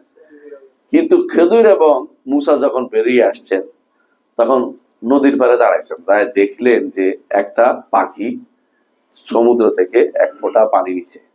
তখন খেদির বললেন যে, শিক্ষা যে দিতেই হবে, আমি এবং তুমি জগতের সকলে যে এলেমটা আল্লাহ থেকে নিছি, এই পাখি যতটুকু নেওয়ার পরে আল্লাহ সমুদ্রের মধ্যে কোনো কমতি হয়েছে? বলার কোনো উপায় নেই, এত কম। মানে এটা কত crore crore crore crore billion billion billion ভাগের এক ফোটাও না। তো এটা আমরা সবাই মিলে আল্লাহর এলেম থেকে একটুকু নিতে পারিনি, মানে এটা হলো কথা। এলেম, আল্লাহর এলেম কত বেশি বুঝতে পারছি। এলেম আল্লাহ যে তিনি আলিম, কত আল্লাম গুয়ুব, এটা কিন্তু স্পষ্ট এখান থেকে বোঝা যায়। আচ্ছা আসেন, তো আমরা কিছু তো সিফাত পাইলাম। ওয়াসিআ কুরসিয়ুহুস সামাওয়াতি ওয়াল আরদ। এবার তার কুদরতের প্রশ্ন আসছে, ইলম এবং কুদরত দুটোই লাগবে। ওয়াসিআ কুরসিয়ুহুস সামাওয়াতি ওয়াল আরদ, আল্লাহর কুরসি আসমান এবং জমিনকে প্রশস্ত, প্রশস্ত অর্থ কি বলেন তো? জায়গা হয়। এত বড় যে আল্লাহর কুরসি, আসমান এবং জমিন এর ভিতরে জায়গা হয়। হাদিসে রাসূলুল্লাহ সাল্লাল্লাহু আলাইহি ওয়াসাল্লাম বলেছেন যে আল্লাহর কুরসি এত বড় যে 7 আসমান 7 জমিন যদি কোনো আল্লাহর কুরসির মধ্যে রাখা হয়, তাহলে কি হবে? একটা 7টা দিরহাম পড়বে। দিরহাম বুঝেননি? আদলা আছে না এখন? আল্লাহর কুরসির ভিতরে এইটা একটা দিরহামের, 7টা দিরহামের মতো পড়ে থাকবে। একটা বিস্তীর্ণ ভূমিতে 7টা দিরহাম যেমন পড়ে, সেরকম বিস্তীর্ণ মানে একটা মরুভূমিতে একটা 7টা দিরহাম পড়ে গেলে আপনি কেমনে বুঝবেন? তা আল্লাহর কুরসির ভিতরে আসমান এবং জমিন গুলো এত ছোট। আসমান জমিন বুঝছেন নি? এখন যা যা আবিষ্কার করতেছে, এক একটা এত বড় এত বড় এত কোটি বড় করতেছে না, এগুলো আসমান জমিনের মাঝখানে, আসমান এবং জমিনের মাঝখানে। একটা জিনিস যদি কোনো আপনি খেয়াল করেন, এমনি তাকাইলে দেখবেন যে পাহাড় এমনি খাড়া হয়ে গেছে, এমনি শোয়াই দিলে শুয়ে রয়েছে। মানুষ মাঝে মাঝে দেখা যায় ক্যামেরাতে কিন্তু মানুষদেরকে কিন্তু বোকা বানানো হয়, হ্যাঁ, যে খাড়া হাঁটতেছে, আসলে সে কিন্তু ওই শোয়া পৃথিবীর উপরে হাঁটতেছে, খাড়া দেখাচ্ছে। এটা বুঝে না কথাটা? সমস্ত জগৎটা একটা ডালার মতো, যত রকমের বাড়াক না কেন, এরা এবার এইটা করে ওইটা করে, এইটা সূর্যের ভিতরে সূর্যের অংশ, এটা সূর্য বাদে আরেকটা নক্ষত্রের অংশ, যত কিছুই করেন এগুলি ছোট জিনিস, ছোট জিনিস আল্লাহর দরবারে, এটা কত ছোট জিনিস। এইগুলি সবগুলি আসমান এবং জমিনে যত মাঝখানে যা আছে এবং আসমানগুলো সবগুলি আল্লাহর কুরসির ভিতরে 7টা দিরহামের মতো, 7টা মুদ্রার মতো। এই 7টা মুদ্রা, এই জন্য বলছে ওয়াসিআ কুরসিয়ুস সামাওয়াতি ওয়াল আরদা, তার কুরসি আসমান এবং জমিন সবগুলিকে ঘিরে আছে, অর্থাৎ তার কুরসির ভিতরে এগুলি সব জায়গা হয়। তবে এটা বলেন না যে আমরা সব কুরসির ভিতরে আছি, এটা বলেন না, মানে হলো জায়গা হওয়া বুঝাচ্ছে, মানে আসমান এবং জমিন এটা আল্লাহর কুরসির ভিতরে জায়গা কতটুকু, একেবারেই ক্ষুদ্র হিসেবে জায়গা হয়। আল্লাহর কুরসি কত বড়, এই হচ্ছে আহলুস সুন্নাত ওয়াল জামাতের আকীদা যে কুরসি একটা কি সৃষ্ট জিনিস। কুরসি কি? ইবনে আব্বাস রাদিয়াল্লাহু আনহু বলেছেন, সহিহ বর্ণনাতে আসছে তার থেকে, তিনি বলেছেন কুরসি হচ্ছে মাওদা কাদামাইর রব, রব্বুল আলামিনের পা রাখার জায়গা। কাল মিরকাতি ইলাল আরশে, আরশের উপর উঠার যেমন সিঁড়ি লাগে, সিঁড়ির মতো হচ্ছে কি কুরসি, সিঁড়ির মতো কি কুরসি হচ্ছে সেরকম। এটা কিসের সামনে? আরশের সামনে ফেলে রাখা ছোট্ট একটা জায়গা, আরশের সামনে ফেলে রাখা ছোট্ট একটা জায়গা। মানে এটা আরশ কত বড়, বল আরশু লা ইয়াখুদুহু কাদরু ইল্লাল্লাহ, আল্লাহ ব্যতীত কেউ জানে না আরশ কত বড়, আল্লাহ আরশ কত বড়। আর বুঝেন আল্লাহর ইয়ার ভিতরে, কুরসির ভিতরে ক্ষুদ্র জিনিস আমরা, হ্যাঁ, আর কুরসি হচ্ছে আরশের সামনে ক্ষুদ্র জিনিস। আরশ কত বড়, রব্বুল আলামিন তিনি তাকে আরশ বহন করে না, বুঝে আসছে কথাটা? শুধু এটা যেন মনে না করেন। দুর্ভাগ্যবশত কেউ কেউ কুরসিরে বলছে কুরসি অর্থে আইলেন, এটা ভুল। কেন ভুল? এই তাফসির যারা করেছে ইচ্ছা করে তারা কি করেছে, বিভ্রান্তি তৈরি করেছে। এটা কখনো সহি প্রমাণ দেয় সাব্যস্ত করতে পারবে না। কুরসি অর্থে এলেম নয়, জ্ঞান নয়। কুরসি কুরসি রাসূলুল্লাহ সাল্লাল্লাহু আলাইহি ওয়াসাল্লাম কুরসির বর্ণনা দিয়েছেন এবং বলেছেন কুরসি আরশের সামনে একটা বিশাল বিস্তীর্ণ জায়গার নাম, এবং বলছেন আসমান জমিন জায়গা হয়। এবং ইবনে আব্বাস রাদিয়াল্লাহু বলেছেন আরশের সামনে সেটা কুরসিটা, এবং হাসরের দিন আল্লাহ তাআলা আরশ থেকে কুরসিতে নামবেন, হাদিসে আসছে। তাহলে বোঝা গেল কুরসি কোন অশরীরী জিনিস না, কুরসি একটা কি উপস্থিত এবং সৃষ্ট জিনিস, এটা বস্তু। এটা ধারণা জিনিস না যে একটা এলেম বা যেটাকে বলা হয় কোনো বস্তু না, বস্তু না, এটা বস্তু মানে বস্তুহীন জিনিস না। তো এইটা যারা বলছে এরা বলবে, যেটা কারা বলে? আশারি মাতুরিদীরা। কেন বলে? যাতে করে আশা সাব্যস্ত করতে না হয়, আশা না হলে আশুর গুটাই লাগে না, মানে সালাই করতেছে বসে বসে। এই জন্য তাদের তাদের অনেক আছে আরশ, এরা ঘুরে ফিরে আরশকে কুরসিকে বলে যে কুরসি হতে আইলেম, কুরসি হতে কোনো আলাদা কিছু না, অর্থাৎ অথচ রাসূলুল্লাহ সাল্লাল্লাহু আলাইহি ওয়াসাল্লাম কুরসির বর্ণনা দিয়েছেন, ইবনে আব্বাস কুরসি বর্ণনা দিয়েছেন। এরপর আরশের সামনে এটাও বলেছেন, বুঝে আসছে কথা? সুতরাং এটাকে কোনোভাবে জ্ঞানের করা যাবে না। ওয়াসিআ কুরসিয়ুস সামাওয়াতি ওয়ালা ইয়াউদুহু হিফযুহুমা, আসমান জমিন হেফাজত করতে তার কোনো কষ্ট হয় না, আল্লাহর কোনো সামান্যতম কষ্ট হয় না। এই যে কেন কষ্ট হয় না, ওয়ালা ইয়াউদু, এটা একটা সিফা। লা ইয়াউদু হিফযুহুমা, কেন? তিনি হচ্ছেন ওয়া হুয়াল আলিয়্যুল আযীম, কারণ তিনি হচ্ছেন কওয়ী কাদের, সর্বময় ক্ষমতার অধিকারী, যার ক্ষমতা অনেক বেশি, তার কোনো কষ্ট হয় না। কথা বুঝেন কিনা? আপনি বালু কতগুলো, অথবা আপনি এটা উড়েতে কষ্ট হয় না, বুঝেন না? কেন? আপনি এটা ক্ষমতা আছে, কিন্তু পিঁপড়ে দেন তো এটা উড়েতে, পিঁপড়ার কবর ইয়ে দিব, পিঁপড়া সার কাপ উড়াইতে পারবে না। কথা বুঝছেন তো? তাহলে যেই আল্লাহ তাআলা আসমান এবং জমিনকে, হ্যাঁ, সংরক্ষণ করতে আল্লাহর কোনো কষ্ট হয় না। কি পাইলাম? গুণ পাইছি, সিফা। কি গুণ পাইছি? লা ইয়াউদু হিফযুহুমা, কারণ তিনি কাদের মুতলাক, তিনি কাওয়িয়ুন কাদিরুন। এজন্য ইলম এবং কুদরত দুটোই আমরা এটার ভিতরে পেয়ে গেছি। একটু আগে ইলম পাইছি, এখন পাইছি কি? কুদরত। এটাও একটা গুণ আমরা পেয়ে গেলাম। তাহলে আল্লাহ তাআলার জন্য আরেকটি গুণ আমরা পেয়েছি, তাই না? আরেকটি গুণ পেয়েছি যে হিফযুহুম, আল্লাহ তাআলা হিফজ করেন, সংরক্ষণ করেন। আরেকটা গুণ 10 নম্বর গুণ পাইছি যে তিনি সংরক্ষণ করেন, হেফাজত করেন। কি? আসমান এবং জমিন এবং এর মধ্যে যা আছে সবকিছু কে হেফাজত করে? আল্লাহ তাআলা হেফাজত করে, আল্লাহ তাআলা হেফাজত করে। এটা আরেকটা গুণ পেয়েছি। এর হচ্ছে ওয়া হুয়াল আলিয়্যুল আযীম, ওয়া হুয়াল আলিয়্যুল আযীম, আর তিনি আলী। আলী অর্থ তিনি উপরে, তিনি উপরে, তার পরিচয় তিনি নিজে দিচ্ছেন, তিনি উপরে। উপরে যত রকমের উপরে থাকতে পারে তত রকমের তিনি উপরে। 1 নম্বর উপরে হচ্ছে সত্তাগত ভাবে তিনি উপরে, কারণ তার উপরে আর কোনো কিছু নাই। একটু পরে আমরা হাদিস পড়বো ইনশাআল্লাহ সেটাতে, এবং কোরআনে কারিমে আল্লাহ তাআলা উল্লেখ করেছেন। এক নম্বর কি, তিনি সত্তাগতভাবে উপরে। দুই নম্বর হচ্ছে ক্ষমতার দিক থেকে উপরে, তার চেয়ে বড় ক্ষমতা আর কা থাকতে পারে, কারণে। তিন নম্বর হচ্ছে তিনি উপরে মর্যাদার দিক থেকে সবার উপরে, তার মর্যাদার কাছে কারো মর্যাদা বুঝতে পারবে না। আচ্ছা, আর কোন দিক কি বাকি আছে? নাই। উপরের জন্য এটা হচ্ছে তিনটা দিক মনে করা হয়। কোনো কিছু উপরে, যে কোনো জিনিসকে বলেন না, আপনি কি বলেন, উনি আমার উপরে বসবাস করে, ঠিক মাথার উপরে, কথা বুঝেন না? আরেকটা বলেন যে আর তার জায়গায় পৌঁছতে আমার বিশাল ব্যাপার, অর্থাৎ কি তার মর্যাদা আমি কোনোদিন পৌঁছতে পারবো না। অথবা বলেন যে আরে এটা তো উপরের তলা, উপরের উপরের লোকদের কাজ, অত কি ক্ষমতাসীনদের কাজ, আমাদের কাজ উপরের তলা লোকদের কাজ। তাহলে বোঝা গেল যে আপনি যত রকমই বলেন, তিন রকমের অলু পাবেন জগতে, তিন রকমের উপরে পাবেন। একটা কি, একটা হলো সত্তাগত উপর, একটা হলো মর্যাদাগত, একটা হলো ক্ষমতাগত। এই তিনটেই আল্লাহর জন্য সাব্যস্ত করতে পারবেন, কোনোটাই নিচে সাব্যস্ত করতে পারবেন না।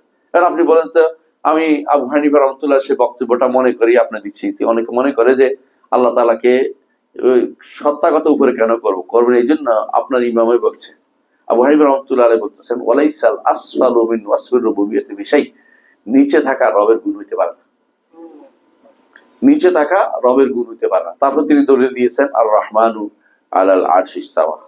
এই কথা বললে বলা যায় এই বই তো শুদ্ধ নাই, আবু হানিফার বই না এখন, মানে যখন এইটার কারণে শুধু আবু হানিফার বই না, এটা কেন এইটা বললে তো আমাদের সব এতদিনের জারি জুরি সব শেষ হয়ে গেছে, একটা কথায় সব শেষ। আল্লাহ উপরে, এটা বললে তো আর সহ্য করতে পারতেছে না, বুঝে আসছে? হ্যাঁ, দেখলাম বাংলাদেশের এক বড় মুফতি তার ছেলের বিরুদ্ধে লেগে গেছে, ছেলেরও কাপড় বানিয়ে ফেলতেছে, মানে আশ্চর্য। ছেলে কিন্তু তার সহি আকীদা আসছে দেখা বাবার আর ঘুম আরাম হয়ে গেছে, বাবা নিজেদের বিভ্রান্তিতে আছে, তারে কেমনি কই, মানে হ্যাঁ। আচ্ছা, ওইটা জর্দা করে আপনারা বুঝছেন, জর্দা করেই তো এরা এই জাতীয়, আমরা কিন্তু কার নাম বলতেছি না, তাই না? বলে তো এমনিতে নাম বলার দোষ আছে আমার, এই জন্য বলি না, বন্ধ করে দিচ্ছি। আপনারা বুঝলে গেলে আমার কিছু করার নেই। তো এখন এই লোকে তার ছেলের পর্যন্ত পারে না কাপড় কইতে, চিন্তা করে দেখেন, মানে কাপড় কইয়ে ফেলতে ছেলের পর্যন্ত। কেন? সে কেন বিশুদ্ধ আকীদা ও মানহাজের কথা বলেছে, আবু হানিফা রাহমাতুল্লাহর কথা বলেছে। সে কিন্তু মানে আমাদের মতো মদিনা ইউনিভার্সিটি পড়ে আসে নাই, তারপরেও আল্লাহ তাআলা হয়তো তাকে হেদায়েতের পথে রাখছেন দেখে সে তার বাবা সহ্য করতে পারতেছে না। তার তুমি এরকমই ভাই, মানে আকীদা এমন এক জায়গা যেখানে বাবা ছেলের শত্রু হয়, ছেলে বাবা শত্রু হয়ে যায়। কারণ বিশুদ্ধ আকীদা হচ্ছে আল্লাহর বড় নেয়ামত না পাইলে কি হয়, যুদ্ধে বদরের যুদ্ধ হইয়া যায়, না পাইলে বদরের যুদ্ধ হইয়া যায়। বদরের যুদ্ধের মূল কারণ হচ্ছে আকীদা। আপনারা ভালো করে জানেন, বদর যুদ্ধ পর্যন্ত কি ফরজ হয় নাই, যাকাত ফরজ হয় নাই, সওম ফরজ হয় নাই, মানে অনেক কিছুই ফরজ, সওম ফরজ শুরু হয়েছে মাত্র, সওম শুরু হয়েছিল, সরি, অনেক কিছু ফরজ হয় নাই, হজ ফরজ হয় নাই, হ্যাঁ অনেক কিছু। কিন্তু এই বদর যুদ্ধে বলছি সেই সময় কেন, মূল ছিল আকীদা, ওরা মারতে আসছে, ওরা বাঁচতে যাচ্ছে, এটা পার্থক্য। জি, এরপরে আসেন কি বলছে, ওয়ালা ওহুয়াল আলিয়ুল আযীম। তারপরে কি আযীম, তিনি আযীম কি হিসাবে, সর্বদিক থেকে তিনি আযীম, আজমত, তার মহত্ব বড়ত্ব কোন দিক থেকে কম না। দুনিয়াতে যত আজমত আপনি কল্পনা করতে পারেন, আমার রব তার থেকেও বড়, বড়। তো আল্লাহকে আপনি বড় না বললে, ছোট বললে কি আপনি খুশি হন? কেউ কেউ মানুষ আছে আল্লাহকে, তারা আল্লাহকে কি মনে করে, কিছু মানুষ আছে আল্লাহকে কি মনে করে, হ্যাঁ আল্লাহ সৃষ্টির ভিতরে মনে করে না। আচ্ছা, যারা সৃষ্টির ভিতরে মনে করে আল্লাহকে বড় মনে করছে, বাইরে সৃষ্টি তো খুব ক্ষুদ্র জিনিস, একটু আগে আমরা বললাম। আর যারা বলে আল্লাহ কলমের ভিতরে, তারা আল্লাহ কত ছোট মনে করছে, আপনি কি চিন্তা করে দেখছেন? মানে নিজের থেকে ছোট হয়ে গেছে এখন, তার সাথে কলম তো তার থেকে ছোট, তাই না? তার অন্তরে অন্তরে জায়গা দিয়েছে, এখন তো আরো অন্তঃস্থলে আল্লাহর জায়গা, তারা আরো ছোট করে ফেলেছে। মানে এর অর্থ হচ্ছে আল্লাহ বলছে আযীম, তারা বলে না আপনি কেমনে আযীম হন, মানে আল্লাহর কথার বিরুদ্ধে দাঁড়াই গেছে তারা। মানে কতটুকু চিন্তা করলে বুঝুন কত বিভ্রান্তি তারা রয়েছে। এই জন্য ইবনে তাইমিয়া রাহমাতুল্লাহ আলাইহি বলেছেন যে এই যে সূরাটি এতক্ষণ ধরে তিনি বললেন, এটার গুরুত্ব কেন, এটা কেন আল্লাহ সিফাত সাব্যস্ত করার কারণ, এটা কেন আযীম, কেন রাসূলুল্লাহ সাল্লাল্লাহু আলাইহি ওয়াসাল্লাম কেন বলছে যে আয়াত আযীম, এটা বড় আয়াত, কোরআনের মধ্যে বড় আয়াত। রাসূলুল্লাহ সাল্লাল্লাহু আলাইহি ওয়াসাল্লাম বলেছেন বলেছেন ওয়ালিহাযা কানা মান ক্বারা হাযিল আয়া ফি লাইলাতিন লাম ইয়াযাল আলাইহি মিনাল্লাহি হাফিজ। এই কারণে যে কেউ এই সূরাটাকে পড়বে, যে রাত্রিতে পড়বে, রাতে আল্লাহর পক্ষ থেকে একজন হেফাজত ফেরেশতা নিযুক্ত থাকবে। ওয়ালা ইয়াকরাবু শাইতানু হাত্তা ইউসবিহ, সকাল পর্যন্ত শয়তান তাকে আর কাছে ঘেঁষতে পারবে না, শয়তান কাছে ঘেঁষতে পারবে না।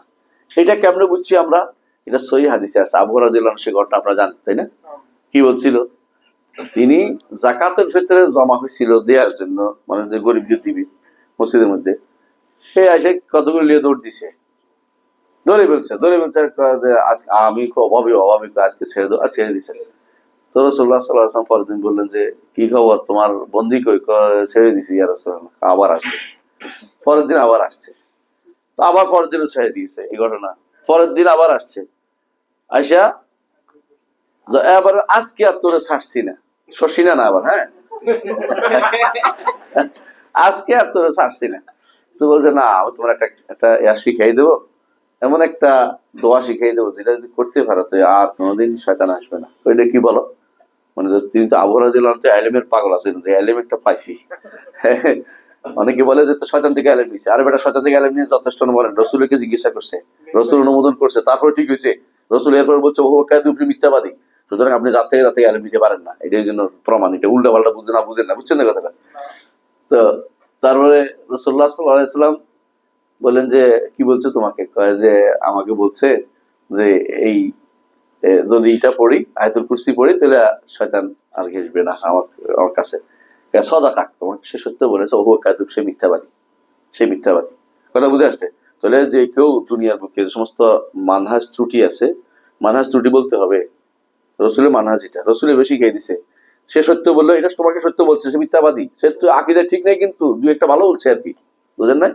পাগড়িওয়ালা মাঝে মধ্যে, সবুজ পাগড়িওয়ালা মাঝে মধ্যে কিছু কথা কয়ে আপনাদেরকে তাক লাগাই দেয়, কিন্তু সে তো আকীদা নষ্ট, সে তো মানুষ তাকফির করে। ইবনে তাইমিয়ার সে তত খারাপ কথা বলে, শুনছেন না? নাউযুবিল্লাহ। ইমানদার এগুলো সহ্য করে কি করে? কিন্তু আপনারা তো মাঝে মধ্যে একটা পাইয়ে খুশি হয়ে গেছেন, আর খবর নাই মাঝখানে দিতে আপনার কাপড় চোপড় গুলি হয়ে গেছে গা, হ্যাঁ মাথার টুপি দিছে কিনা খুশি হয়ে গেছেন। এর সবগুলি এরকম, মানে এগুলি এই জন্য যেগুলি বিভ্রান্ত বলতে হবে আপনাকে। হ্যাঁ, তার ভালো কথা যদি হয়, দরকার হলে বলবেন, রসুলও নাই, দরকার বলার মতো আর জায়গা আমাদের নাই। কথা বুঝছেন কিনা? যদি ভালো কথা হয় কোরআনে পাইবেন, হাদিসে পাইবেন, ইমামরা পাইবেন। আর ভালো কথা সে কোথেকে বানিয়েছে নাকি? এলিমের দরকার নেই আমার। তাহলে বোঝা গেল বেদাদির থেকে কোনো এলিম নেওয়ার দরকার নাই। তাহলে রসুলের যুগে নিষেধ, রসুল সত্যায়ন করার সুযোগ আছে। সত্য বলছে না বলছে, রসুলের কাছে গেছে, সত্য করে দিছে, আমার কার কাছে যাবো? আমাদের কার কাছে যাওয়ার জায়গা নেই। আমরা কেউ বলতে পারবে যে এটা এখন এটা সত্য না সত্য, এটা এই শয়তান একটা কথা বলছে, এটা কার কাছে যাবো? এখন আমরা যেতে পারবো না, জায়গা নেই। আমাদেরকে যথেষ্ট। আর রসুলের যুগটা হচ্ছে তাশরীর যুগ, শরীয়ত প্রবর্তনের যুগ। সেখানে আল্লাহ এমন ভাবে ঘটনা ঘটাবেন যাতে একটা আয়াত নাজিল করতে পারেন, এমন ভাবে ঘটনা ঘটাবেন যাতে একটা হাদিস বর্ণনা করতে পারেন। এটা এখন আর নাই। রসুলের যুগের ওই ঘটনা ঘটার যে ঘটনা, এগুলির উপর কিয়াস করে এখন চলবে না। কথা বুঝছো কিনা? মানে রসুলের যুগে কোনো একটা ঘটনা ঘটাইয়া আল্লাহ তাআলা একটা আয়াত নাজিল করেন। কারণ আপনি একটা ঘটনা ঘটাইয়া এখন কি আয়াত নাজিল হইব? তাহলে আপনি এই ঘটনা ঘটাই না, আপনি যেটা ওই রসুল অনুসরণ করে চলেন। বুঝতে পারছি। অনেকে এটা না বুঝার কারণে কয় যে এই তো শয়তান থেকেও এলেম নিছে। না, শয়তান থেকে এলেম নেয় নাই, শয়তান থেকে এলেমটা পরীক্ষা করছে, রাসূল থেকে অনুমোদন করাই নিছে। এর আমরা অনুমোদনের জায়গা নেই। আর এজন্য আপনাকে মাস্ট কোরআন এবং সুন্নাহর ভিতরে থাকতে হবে। তথাকথিত বিভ্রান্তিকর কোন লোক থেকে কোনো এলেম নিতে পারবেন না। বুঝতে পারছি?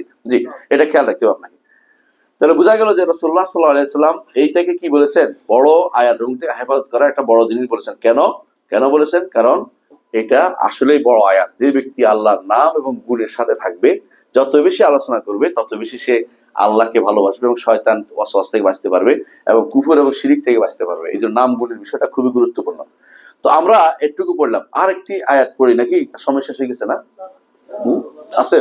আচ্ছা, আর কিছু আয়াত পড়ি। আরেকটি আয়াত, ওয়াকাউলিহি তাআলা, ওয়াকাউলি সুবহানাহু। ইবনে তাইমিয়া রাহমাতুল্লাহ বলেছেন ওয়াকাউলি সুবহানাহু। অনুরূপভাবে আমরা কি আলোচনা করতেছি? একটি আয়াত, একটি হাদিস পড়বো, অনেকক্ষণ আয়াত পড়বে, অনেকক্ষণ হাদিস পড়বে। ইবনে তাইমিয়া এরকম, সুবহানাল্লাহ। মনে হয় যেন আল্লাহ তাআলা ওনাকে এলেম, কোরআন এবং আয়াতের যে ভান্ডার দিচ্ছে, এটা অনবরত বের হচ্ছে, অনবরত। তো তিনি বলতেছেন যে আল্লাহ সিফাতের যে আল্লাহ তাআলা তার গুণাবলী বর্ণনা করছে, প্রথমে দিচ্ছেন কি? আয়াতুল ইখলাস, সূরাতুল ইখলাস, তারপর দিচ্ছে আয়াতুল কুরসি। এরপরে একটা একটা করে আয়াত দিচ্ছেন যে কয়টা সিফাত দেখবেন। ওয়া কাউলি সুবহানা, অনুরূপভাবে আল্লাহর বাণী। ওয়া তাওয়াক্কাল আলাল হাইয়্যিল্লাযী লা ইয়ামুত, আর আপনি ভরসা করুন, কাকে বলছে? মুহাম্মদ রাসূলুল্লাহ সাল্লাল্লাহু আলাইহি ওয়াসাল্লামকে। আলাল হাইয়্য আল্লাযী লা ইয়ামুত, ওই আল্লাহর উপর যিনি চিরঞ্জীব। তো চিরঞ্জীব আল্লাহ একটা কি গুণ এবং নামও। আমরা বলছি না, না আল্লাহর নামগুলি সব গুণ সমৃদ্ধ, নামগুলি সব গুণ সমৃদ্ধ, এই জন্য হায়াত তার গুণ, এই জন্য হ্যাঁ হাই আল্লাযী লা ইয়ামুত, যিনি মারা যাবেন না, যিনি মারা যাবেন না। বুঝে আসছে?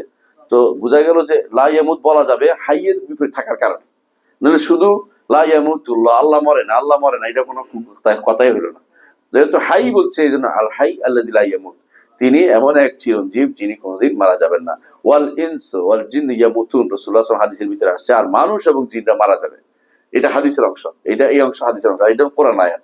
তাহলে বোঝা গেল এখানে কয়টা সিফাত আসছে? হায়াত, হ্যাঁ, আল হাই আল্লাযী লা ইয়ামুত, হায়াত একটা সিফাত আসছে, আর লা ইয়ামুতু একটা নেগেটিভ সিফাত আসছে, পজিটিভ নেগেটিভ সিফাত আসছে। তাহলে একটা পজিটিভ সিফাত আসছে আমাদের কাছে একটা, যেটা কি হায়াত। আলহামদুলিল্লাহ, এটা আমরা বুঝতে পারছি। আর হায়াত কেন মারা যাবেন না? কারণ পরিপূর্ণ হায়াত হইলে আর মৃত্যুর প্রশ্ন আসে না, পরিপূর্ণ হায়াত হলে মৃত্যুর প্রশ্ন আসে না। বুঝে আসছে? এই জন্য যখন জান্নাতীরা জান্নাতে প্রবেশ করবে, জাহান্নামীরা জাহান্নামে যাবে, মৃত্যুকে তখন জবাই করে দেওয়া হবে, যাতে করে আর মারা না যায়, আর মারা না যায়। এই জন্য তখন হাদিসে আছে, রাসূলুল্লাহ সাল্লাল্লাহু আলাইহি ওয়াসাল্লাম বলেছেন যে একটা ছাগলের শুরুতে নিয়ে আসে মৃত্যুকে, জান্নাত এবং জাহান্নামের মাঝখানে জবাই করে বলা হবে, ইয়া আহলাল জান্নাতে খুলুদুন ফালা ফালা ফালা মাউত, হে জান্নাতীরা চিরস্থায়ী ভাবে থাকো, আর মরবা না।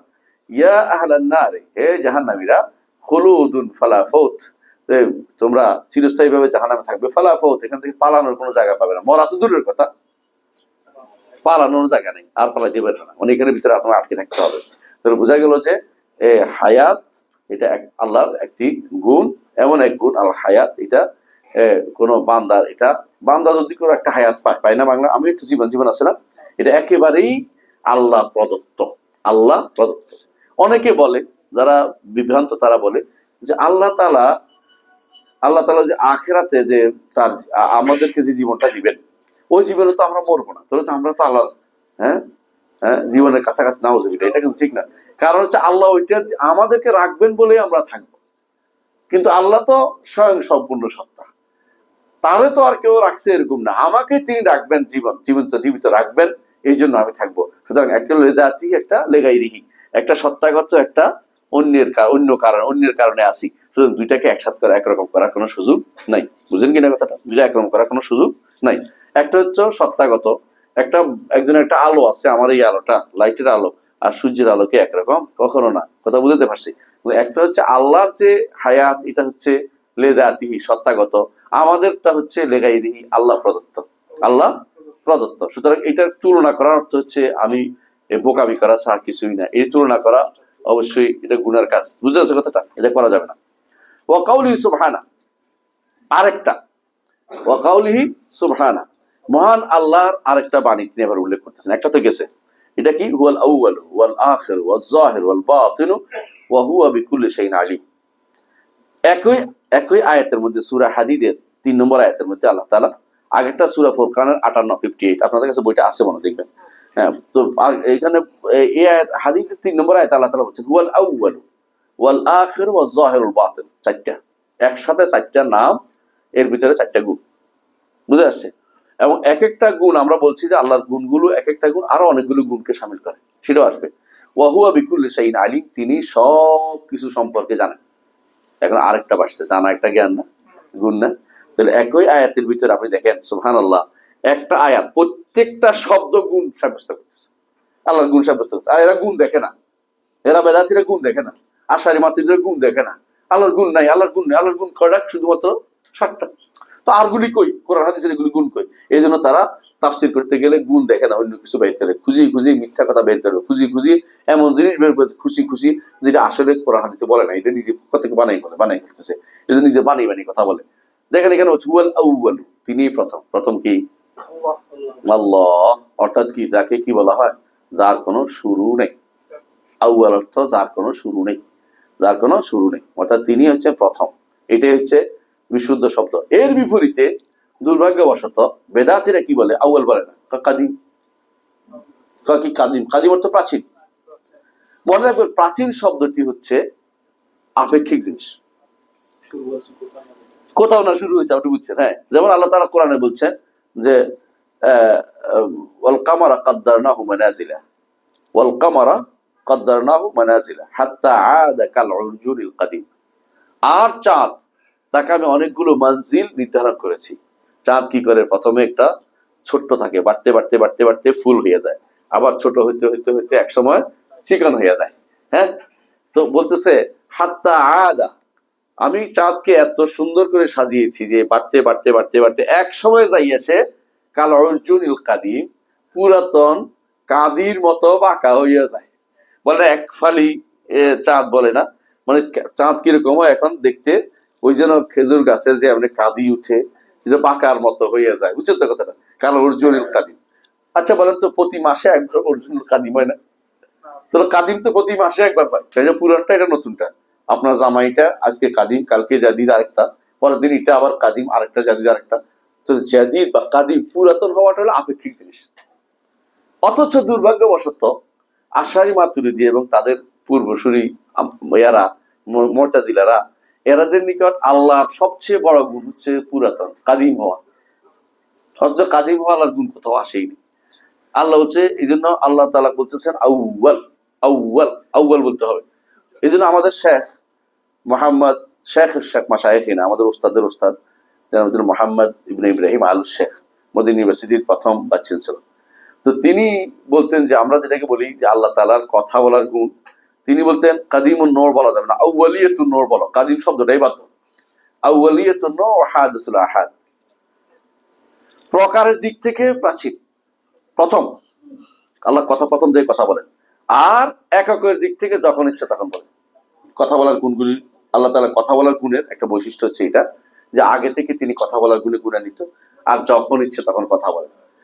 আশারি মাতুরিদিরা কি বলে, আল্লাহ যখন ইচ্ছে তখন কথা বলেন না। তো আল্লাহ তাআলা আগে কথা বলছেন, সেটা ইথারে আটকে আছে, সময় মতো আইসা এসে শুধু ফিট হয়। নাউজুবিল্লাহ, কি একটা অবস্থা চিন্তা করতে পারেন। এরা বলে এলেমের ধারক বাহক, চিন্তা করেন কত বিভ্রান্তিমূলক এলেম। এরা বলে এলেমের ধারক বাহক। আপনি চিন্তা করেন, ওদের নিকট আল্লাহ তাআলা এখন কোনো কথা বলেন না।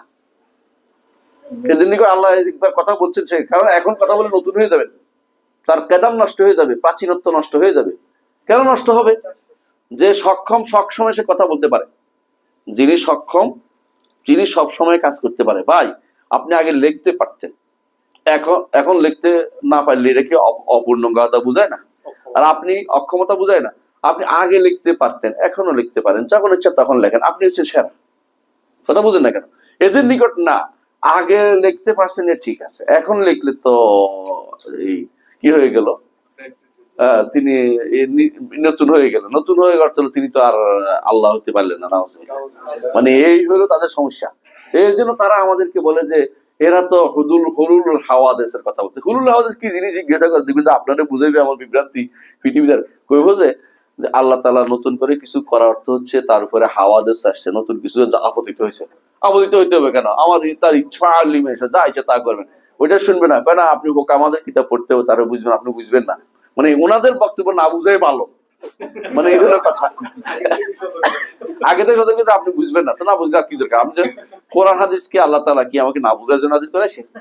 আমাকে বুঝার জন্য নাযিল করেছে। তো তুমি এত আমার পণ্ডিতি করতে, আমি হোকামা বলতে এরিস্টটলের বিদ্যা, অত বিদ্যা আমার জানার দরকারটা কি? এরিস্টটল অতি বিদ্যা আমার কি কাজে লাগে? ওগুলো আমার পড়াই আমার সময় নষ্ট করিও না। আমি কোরআন হাদিস বুঝে যতই ভালো বুঝি, আলহামদুলিল্লাহ। হুয়াল আউয়ালু ওয়াল আখিরু, আখিরাত তো কি শেষ, মানে তারপরে আর কিছু নেই, তিনি সব শেষ, তিনি সব সর্বাগ্রে, আর তিনি সব শেষ। ওয়াজ-জাহির ওয়াল বাতিন, এবং তিনি, এই দুইটা হচ্ছে আউয়াল আখির হচ্ছে কিসে? সময়ের দিক থেকে, সময়ের দিক থেকে, সময়ের দিক থেকে তিনি শুরু, তিনি শেষ। আর আজ-জাহির ওয়াল বাতিন, জাহির অর্থ কি? একজন শুদ্ধ করেন না, এটা ভুল অনুবাদ করে তো মুসিবত না। এই জাহির অর্থ প্রকাশ্য না, জাহির তো প্রকাশ্য আছে, কিন্তু এটা জাহির তো প্রকাশ্য না কেন, এটা বলবো একটু পরে। রাসূলের হাদিস দিয়ে ব্যাখ্যা, যেটা এটা সবচেয়ে উত্তম ব্যাখ্যা না কোরআনের, আর কোরআনের ব্যাখ্যা কোরআন দিয়ে দিতে হয়। কোরআনে কারীমের সূরা কাহাফের ৯৭ নম্বর আয়াত, কত নম্বর আয়াত? ৯৭, মুখস্থ রাখবেন। 7 নম্বর নম্বরে আল্লাহ তাআলা বলছেন ফামাস্তাতাউ আন ইয়াজহারু ওয়া মাস্তাতাউ লাহু নাকবা। যুলকারনাইন এত এত করে বাঁধে দিছে দুই পাহাড়ের মাঝখানে রাস্তাটাকে, যে এরা ইয়াজুজ মাজুজ আর এটার উপরে উঠতে পারে না, ছিদ্র করতে পারে না, বের হতে পারে না। এখন অনেকে বলে যুলকারনাইন কোথায়, কোথায়, ইয়াজুজ মাজুজ কোথায়, বের হলে তো শেষ। খুঁজি বের করার দরকার না, তোরা চুপ করে দেখাল হস্তে, এটাই বিশ্বাস কর যে আছে, এটাই মেরিয়াতের জিনিস। কোরআন বলছে এটা সত্য। তোরা এখন খুঁজি বের করতে গেলে তো শেষ করে ফেলবে আমাদেরকে, আমরা থাকতে পারবো, বাঁচতে পারবো না। কারণ ওরা বের হইয়া সব ভেঙে মানে সব শূন্য বুন্য করে ফেলবে, লন্ডভন্ড করে ফেলবে সব। তো ফামাস্তাতাউ আন ইয়াজহারু ওয়া মাস্তাতাউ লাহু নাকবা। আল্লাহ তাআলা বলছেন ফামাস্তাতাউ আন ইয়াজহারু, তারা উপরে উঠতে পারে নাই। বুঝছেন তো কথাটা? এইটার সবার নিকটে এই ইয়াজহারু অর্থ হলো উপরে উঠতে পারে না। সুতরাং জাহের অর্থ কোরআনে কারিমে বলতে, জাহের অর্থ কি উপরে, উপরে বোঝানো। বুঝছেন তো কথাটা? সব জায়গাতে একই অর্থ হয় না, কোরআনের এক জায়গাতে আরেক জায়গায় স্পষ্ট করে দেয় কি অর্থ হবে এখানে। তো এইখানে ওয়াল আউয়ালু ওয়াল আখিরু, তিনি প্রথম তিনি শেষ। আর জাহের, তিনি সবার উপরে, সবার উপরে। বুঝে আসছে? ওয়াল বাতিন, এবং তিনি বাতিন। এই বাতিন নিয়ে হচ্ছে সবাই সমস্যা। বাতিন মানে কি? তিনি তো বাতিনি দরজা, বাতিনি ফেরকা, বাতিনি এটা, বাতিনি বাতিনি শত কিছু, বাতিনি তাফসীর সব করে ফেলতেছে। কিন্তু এই বাতিন অর্থ কি আসলে? বাতিন শব্দের অর্থ হচ্ছে তিনি সবচেয়ে কাছের জিনিসও তার কাছে গোপন থাকে না, নিকটে। অর্থাৎ তিনি উপরে থেকে, এই জন্য সালিন বলতেন এটা হুয়া হুয়া দনু মিন খালকিহি মা উলুহি, উপরে থাকার পরেও সৃষ্টির নিকটে তার চোখের থেকে কোনো কিছু বাদ যায় না। আপনি যদি উপরে, অনেক উপরে থাকেন, নিচে যিনি দেখেন, দেখেন না। বুঝেন না কথাটা? তো একটার বিপরীতে একটা হচ্ছে উপরের স্থানে থাকার পর নিচের স্থানের কোনো কিছু তার চোখ থেকে তার এড়ায়, চোখ এড়ায় না, তার চোখ এড়ায় না। কারণ আল্লাহ চোখ আছে, আমরা বিজ্ঞান রাখি, এই জন্য বলতেছি তার চোখ এড়ায় না। এটা হচ্ছে এই বাতিনের অর্থ। বুঝে আসছে কথাটা? এই জন্য আর তাফসীর আলেমরা এইভাবে করেছেন, ইয়ালামু বাওয়াতিনাল উমুর, তিনি যত গোপন সেই জিনিসটা তিনি জানেন, এটা বলা উদ্দেশ্য। বুঝে আসছে কথাটা? আর যে ব্যক্তি এই বাওয়াতিল উমুরের, অর্থাৎ তিনি একবারে ক্ষুদ্র ক্ষুদ্র জিনিস জানে, এটাকে যে ব্যক্তি যথাযথভাবে উপলব্ধি করতে পারবে, সে ব্যক্তি আল্লাহর নৈকট্য অর্জন করতে পারবে। এই জন্য বাতিনের ফল হচ্ছে কুরব। আল্লাহর ইলম, আল্লাহ তাআলার নাম যে বাতিন, তিনি যে বাতিন, এটার ফল হচ্ছে তিনি যে ইয়ালামু বাওয়াতিনাল উমুর, সব জানে। আমি আজকে এখানে বসে আছি, তিনি জানেন না। আপনি কি করতেছেন জানেন না। আরেকজন মনে মনে কি চিন্তা করতেছে, বেটা দেরি করতেছে, এটা জানেন না আল্লাহ, তো এটাও জানেন। এই জানেন আল্লাহ তাআলা সবকিছু। এইটা থেকে আপনার মধ্যে একটা জিনিস এসে উপস্থিত হবে, সেটা কি? কোন তিনি নিকটে। কিসের নিকটে?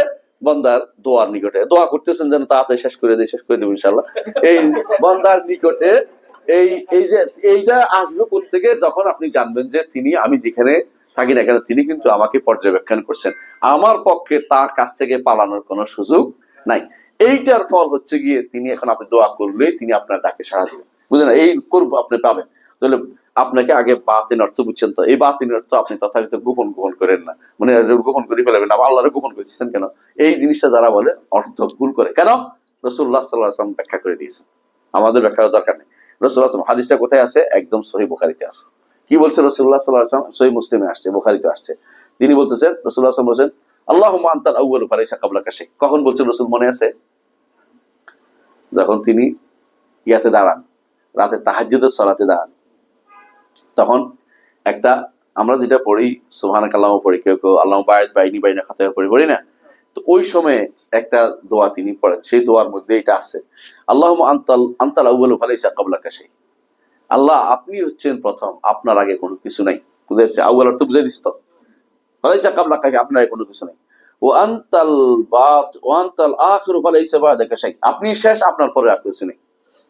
অর্থাৎ কি, কিসের দিক থেকে? সময়ের দিক থেকে। ও আনতাজ জাহির, আপনি সব কিছুর উপরে, অর্থাৎ উপরের জায়গা যেটা কার? আল্লাহর। উপরে তার, উপর হচ্ছে তার। এখন কেউ কেউ জায়গা বলে, জায়গা বলেন, যা বলেন এটা জায়গা বলে না, যাই বলেন এটা আল্লাহ, এটাই কথা। নাম দেন আর না দেন আমার আপত্তি নেই। ও আনতাল বাতিনু ফালাইসা দুনাকা শাই, আর আপনি হচ্ছেন বাতিন। এর কারণ, এই বাতিন অর্থ হচ্ছে কোনো কিছু আপনার থেকে গোপন থাকে না, কোনো কিছু আপনার থেকে গোপন থাকে না। বুঝে আসছে কথাটা?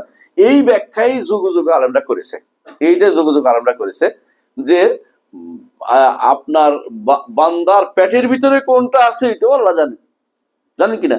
বাবা ইয়ালা বাবা তিনাল উমুর, এই ব্যাখ্যাটাই হচ্ছে শুদ্ধ। কিন্তু যাদের মধ্যে অন্তরের ভিতরে কি আছে, বক্রতা আছে, তারা তখন বাতিনি অর্থ শুরু করে দেয়। কোরআনের তাফসির বাতিনি, হাদিসের তাফসির বাতিনি, এবং বাতিনি ফেরকা হইয়া যায়, এরকম এক গোষ্ঠী তৈরি হয়ে যায়। এই সবই মূল কারণ হচ্ছে তারা এই হাদিসটা বুঝতে পারে নাই, এই হাদিসটি এই আয়াতটাও বুঝতে পারে, হাদিসটাও বুঝতে পারে নাই। এখানে আমরা কয়টা সিফাত পাইছি? হুয়াল আউয়ালু একটা, নাম গুণ, তাই না? প্রথম হওয়া তার গুণ নাম, আখিরু শেষ দ্বিতীয়, আর জাহিরু তৃতীয়, আল আল বাতিনু চতুর্থ, ওয়া হুয়া বিকুল্লি শাইইন আলিম পাঁচটা, পঞ্চম ইলম তার একটা পেয়েছি আমরা। তাহলে আপনি দেখতে পাচ্ছেন যে এক একটার মধ্যে এক একটা আয়াতের মধ্যে অনেকগুলো সিফাত আছে। এটা যে ব্যক্তি বুঝতে পারে, কোরআন তাফসীর যখন পড়বে, অর্থ যখন করবে, তার মধ্যে অনেক ভিন্ন রকম একটা অনুভূতি তৈরি হবে আল্লাহ সম্পর্কে জানা। আল্লাহ সম্পর্কে জানতে হলে কোরআনে কারীমের আয়াতগুলো একটা একটা করে গবেষণা করতে হবে। আমরা আরেকটু পড়ি ইনশাআল্লাহ, আজকের মতো শেষ নাকি? আজকের মতো শেষ ইনশাআল্লাহ। ওয়া আলিমুল হাকিম থেকে আগামী ক্লাসে আমরা ইনশাআল্লাহ ওয়া কাউলি ওয়া আলিমুল হাকিম আগামী ক্লাস শুরু করব ইনশাআল্লাহ। কোনো প্রশ্ন আছে কিনা বলেন? জি জি, অনেক প্রশ্ন আছে ইনশাআল্লাহ, দেন অনেক প্রশ্ন ইনশাআল্লাহ, দেন। বিসমিল্লাহ। প্রথম প্রশ্ন, মাশাআল্লাহ, কোন সময় যদি বিটির সালাত না পড়ে তাহাজ্জুদের সময় পড়বো বলে ঘুমিয়ে যায়, হঠাৎ করে তাহাজ্জুদে উঠতে না পারি, তাহলে কি আমি ফজরের সালাতের আগে নাকি পরে নিব, জানাবেন। যদি আপনি উঠতে পারেন এমন সময় যে ফজরের সালাতের বেশ সময় আছে, উঠছেন মানে এমন সময় উঠছেন যে আযান দিয়ে গেছে, তাহলে আপনি বিতির পড়বেন। সলফে সালফি মধ্যে কেউ কেউ এই সময় বিতির পড়তেন। কেন পড়বেন? এই জন্য, কারণ এটা একদম ওইটার সাথে লাগানো, এটা ফজরের আগে, বুঝছেন না কথাটা? ওটা আপনার কাজা হইলেও আগে, কাজা হইলেও ফজরের আগে রয়ে গেছে, বুঝলেন না কথা? সিস্টেম এটা আগে, সিস্টেমে তো এটা আগে আগে সালাত, সিস্টেমে আগে সালাত আগে পড়ে রাখছে, এটাই কথা। আর যদি কোনো ফজরের সালাতের টাইম কমে যায়, হ্যাঁ, তখন ফজরের সালাতে পড়বেন, পরে পড়বেন, এটা দিনের বেলা পড়বেন, তখন ডবল আর বেজর পড়বেন না, জোর পড়বেন। যদি আপনি 1 রাকাত পড়ার মানুষ হন 2 রাকাত পড়বেন, আর যদি 3 রাকাত পড়ার মানুষ হন 4 রাকাত পড়বেন। কথা বুঝতে পারছি? তখন আপনার কারণ কেন, দিনের বেলা একটা বেজর আছে মাগরিব, যাতে করে মাগরিবের সাথে মিলে না আবার একটা এটা আরেকটা কম হয়ে যায়, বুঝলেন না কথাটা? আবার মাগরিবের বেজর নষ্ট না হয়ে যায়, এই জন্য। তাহলে আপনার কি করতে হবে বলছি, কিন্তু যদি আজানের সময় উঠেন তাহলে আপনি পড়ে এরপর ফজর সুন্নাত ফরজ পড়বেন। আর দেরি হয়ে যায় তাহলে আপনি বিতির দিনের বেলা পড়বেন। কথা বুঝতে পারছেন? জি। তাফসিরের জালালাইন সম্পর্কে জানাবেন। তাফসিরের জালালাইন, সুবহানাল্লাহ, এটা না বললেই নয়। তাফসিরের জালালাইন হচ্ছে 2 জালালের তাফসির, জালালউদ্দিন আল মাহাল্লি আর জালালউদ্দিন আস-সিয়ুতি। তো জালালউদ্দিন আল মাহাল্লি তিনি 15 পারা থেকে শেষের দিকে করছেন, উনি আগে আসছেন দুনিয়াতে, মানে সিয়ুতির আগে। সিয়ুতি এসে দেখা যায় এটার অর্ধেক তাফসির হয়েছে, পিছনের অর্ধেক, সামনের অর্ধেক তো করে নাই, তো তিনি প্রথম অর্ধেক করে দিচ্ছেন। দুইজনের মধ্যে তাফসিরের ক্ষেত্রে বেশ একটা পার্থক্য নাকি, দুইজনেই আশারি মতবাদের ছিলেন। এই জন্য এই তাফসিরের মধ্যে প্রচুর পরিমাণে তাওয়িল আছে। এই জালালাইনের উপরে এই তাওয়িলটা বন্ধ করার জন্য অনেকে বই লিখছে। এর মধ্যে একজন হচ্ছে শেখ জামিল জৈনু, মোহাম্মদ জামিল জৈনু, খুব ভালো আলেম ছিলেন। ওনার বই আপনারা দেখছেন, বাংলা ভাষা অনুবাদ হয়েছে। উনি তাফসির জালালাইনের মধ্যে কোথায় কোথায় সমস্যা আছে এটা একটা উল্লেখ করেছেন ভালো করে, এবং বই আকারে বের করেছেন। আবার এটা ছাড়াও তাফসির জালালাইনের এটাকে উল্লেখ করেছেন আমাদের মাশায়েখদের মধ্যে শেখ মোহাম্মদ সালেহ আল উসাইমিন। তিনি তাফসিরের জালালাইন এই শুদ্ধ করতে গিয়েই তাফসির লিখে ফেলছেন। ওনার তাফসিরটা মূলত, ওনাদের এখন তাফসিরটা বিখ্যাত আছে, যেখানে যতটুকু আছে আর পুরোটা নাই, পুরোটাই কিন্তু উনি কিন্তু শুরু করছিলেন তাফসির জালালাইনের কথা ভুল আছে এটা বলতে যে ভুলগুলি বললেই বাড়াই বিশাল করে ফেলছেন। এটা যে ব্যক্তি বুঝবে না, কিন্তু কার কথা বলে, মাঝখানে বলে যে হ্যাঁ তাহলে যে কালাহ আল মুসান্নেফ, মুসান্নেফ যেটা বলছে এটা আসলে কোন মুসান্নেফ খুঁজতেছে, এটা যদি কোনো খবর না থাকে বললো যে আর কার কথা বলতেছে জানি না। কিন্তু এটা হলো উনি আসলে মূলত ওইটাকে পড়াইতে গেছেন ছাত্রদেরকে, পড়াইতে গেছে কেবল ভুলে আর ভুল।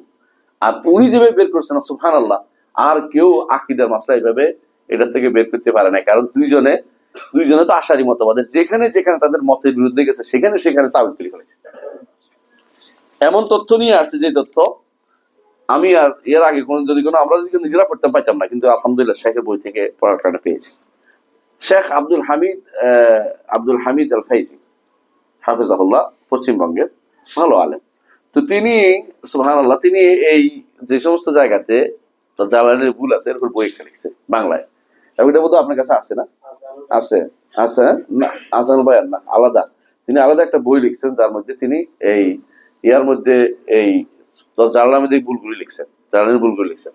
এর বাইরে অনেকেই জালালের ভুলগুলি ধরে আলহামদুলিল্লাহ সুন্দর করে বই লিখছে। জালালের অনেকগুলি ভুল আছে, এই জন্য জালালাইন পড়ার ক্ষেত্রে অবশ্যই এর মধ্যে কি করতে হবে, তালিকাত করতে হবে যে জালালাইন পড়লে এই জায়গা ভুল আছে, নাহলে কিন্তু আপনারা এই আমানতের খেয়ানত হবে, এটা বলা পড়া ঠিক হবে না। জি জি। 3, ছেলে ও মেয়ে দুইজন কি তাদের বিয়ের মাহারা ঠিক করতে পারবে? জি পারবে, কোনো সমস্যা নেই, এটা শরীয়তে অনুমোদিত, কোনো অসুবিধা নেই এটাতে। জি। আসসালামু আলাইকুম শেখ, বিশুদ্ধ আকীদার জন্য কোন বইটি পড়া উচিত? বিশুদ্ধ আকীদার জন্য কি বই পড়বেন? 8টা বইয়ের কথা আমি বলি, তাই না? মেসেজে আছে না, মেসেঞ্জারে? এর মধ্যে প্রথম পড়বেন উসুল ঈমান। উসুল ঈমান আপনার কাছে আছে না? এই যে আমাদের মুজিবুর ভাইয়ের কাছে আছে। দ্বিতীয় সহজ ইসলামী আকীদা, বইটা পড়বেন এরপরে। হ্যাঁ, এরপরে পড়বেন ঈমানের, হ্যাঁ, ইমানি মনি মুক্তা, ইমানি মনি মুক্তা বইটা পড়বেন। হ্যাঁ, এরপরে পড়বেন শেখ মোহাম্মদ সালেহ উসাইমিনের বইটা, আল্লাহর নান্দনিক নাম ও গুণ সময় এটা পড়বেন। হ্যাঁ হ্যাঁ, আর পড়বেন ফতোয়া হামাবিয়াল কুবরা, আর পড়বেন রহমান আরশের উপর উঠেছে। আমার কথা আমি বলবো, আমি বই বেশি খাই না, তার দরকার নেই। মৃত্যুর সাথে পাঞ্জা লড়াই, কথা কি বলা যায় শিরক? মৃত্যুর সাথে আস্তাগফিরুল্লাহ, শিরিক না হোক কিন্তু এটা অবশ্যই হারাম। প্রথম হচ্ছে হারাম। সে মনে করছে মৃত্যুর সাথে যুদ্ধ করতে, মৃত্যু টানতেছে তাকে। সুবহানাল্লাহ, মৃত্যু তো আল্লাহ অর্ডার মাত্র, আল্লাহর অর্ডার। আল্লাহর অর্ডার সাথে কেউ যুদ্ধ করতে পারে? আল্লাহর অর্ডার হলে ইজাজা আজালুম ফালা ইস্তাগফিরুন সাআতাম ওয়ালা ইস্তাগফিরুন, নির্দেশ আসলে মরবেই, কিচ্ছু করার নেই। আইনামা তাকুনু ইদরিকুমুল মাউত ওয়ালাউ কুনতুম ফি বুরুজিন মুশাইয়াদা। মৃত্যু তো আল্লাহর পক্ষ থেকে অর্ডার, যে শরীর থেকে নিয়ে যাও। পাঞ্জা লড়বে কি জিনিস? এগুলি হিন্দুদের কথা, এগুলো হিন্দুদের কথা, বুঝে আসছে কথাটা? কেউ যদি মনে করে যে মুসলমান বা কেউ মৃত্যুর সাথে দৈরা টানিয়া রেখা দিতে পারে, এরকম মনে করে, তো এটা তো শিরিক হয়ে যাবে। কারণ এটা তো মৃত্যু কার, আল্লাহ তাআলার কর্মের সাথে শিখি সরাসরি নিজেকে ক্ষমতাবান মনে করছে। আর যদি এটা না হয় তাহলে অন্তত শিরকে আসগর হবে, কোনো সন্দেহ নেই, এটা বুঝে আসছে কথাটা? অথবা হারাম তো হবেই। জি। যদি কোনো নিকট আত্মীয় তাবিজ করা, জাদু করা ইত্যাদির সাথে জড়িত থাকে বা কবিরাজের কাছে আসা যাওয়া করে, তবে সেসব নিকট আত্মীয়ের সাথে সম্পর্ক রক্ষা করব কিভাবে? কারণ আমরা জানি আত্মীয়ের সাথে সম্পর্ক ছিন্নকারী জাহান্নামী। আত্মীয়তার সাথে সম্পর্ক ছিন্নকারী জাহান্নামী, এটা পাইকারি বলবেন না। কাফের যদি হয়ে যায়, রাসূলুল্লাহ সাল্লাল্লাহু আলাইহি ওয়াসাল্লামের সব আত্মীয়কে সম্পর্ক ঠিক রাখছে কাফেরদের সাথে? তো বলেন, আপনিও বলেন, বুঝে আসছে কথাটা? আত্মীয় অবশ্যই ইমানদার হইতে হবে। ইমানদার হইলে সে যদি কোনো আপনার সাথে খারাপ ব্যবহার করে, তারপরে তার সাথে সম্পর্ক আপনি রক্ষা করবেন। যার ইমান নাই, আপনি দেখছেন যার ইমান নাই, তার সাথে আবার সম্পর্ক রাখার কি আছে? মানে কথা বুঝাতে পারছি? আত্মীয় অবশ্যই ইমানদার হতে হবে, 1 নম্বর কথা। 2 নম্বর কথা হচ্ছে, আত্মীয় ইমানদার কিন্তু গুনাহগার, প্রচুর পরিমাণে উল্টাপাল্টা করে। আপনি গেলে আপনার ক্ষতি হবে, পরিবার নষ্ট হবে, আপনার পরিবারের মধ্যে প্রভাব পড়বে। তাহলে আপনি হাই হেলো দূর দূরান্ত থেকে সালাম বিনিময় যথেষ্ট, কাছাকাছি ঘেসবেন না বেশি, বাস বলো বিসালাম, হাই হেলো যথেষ্ট।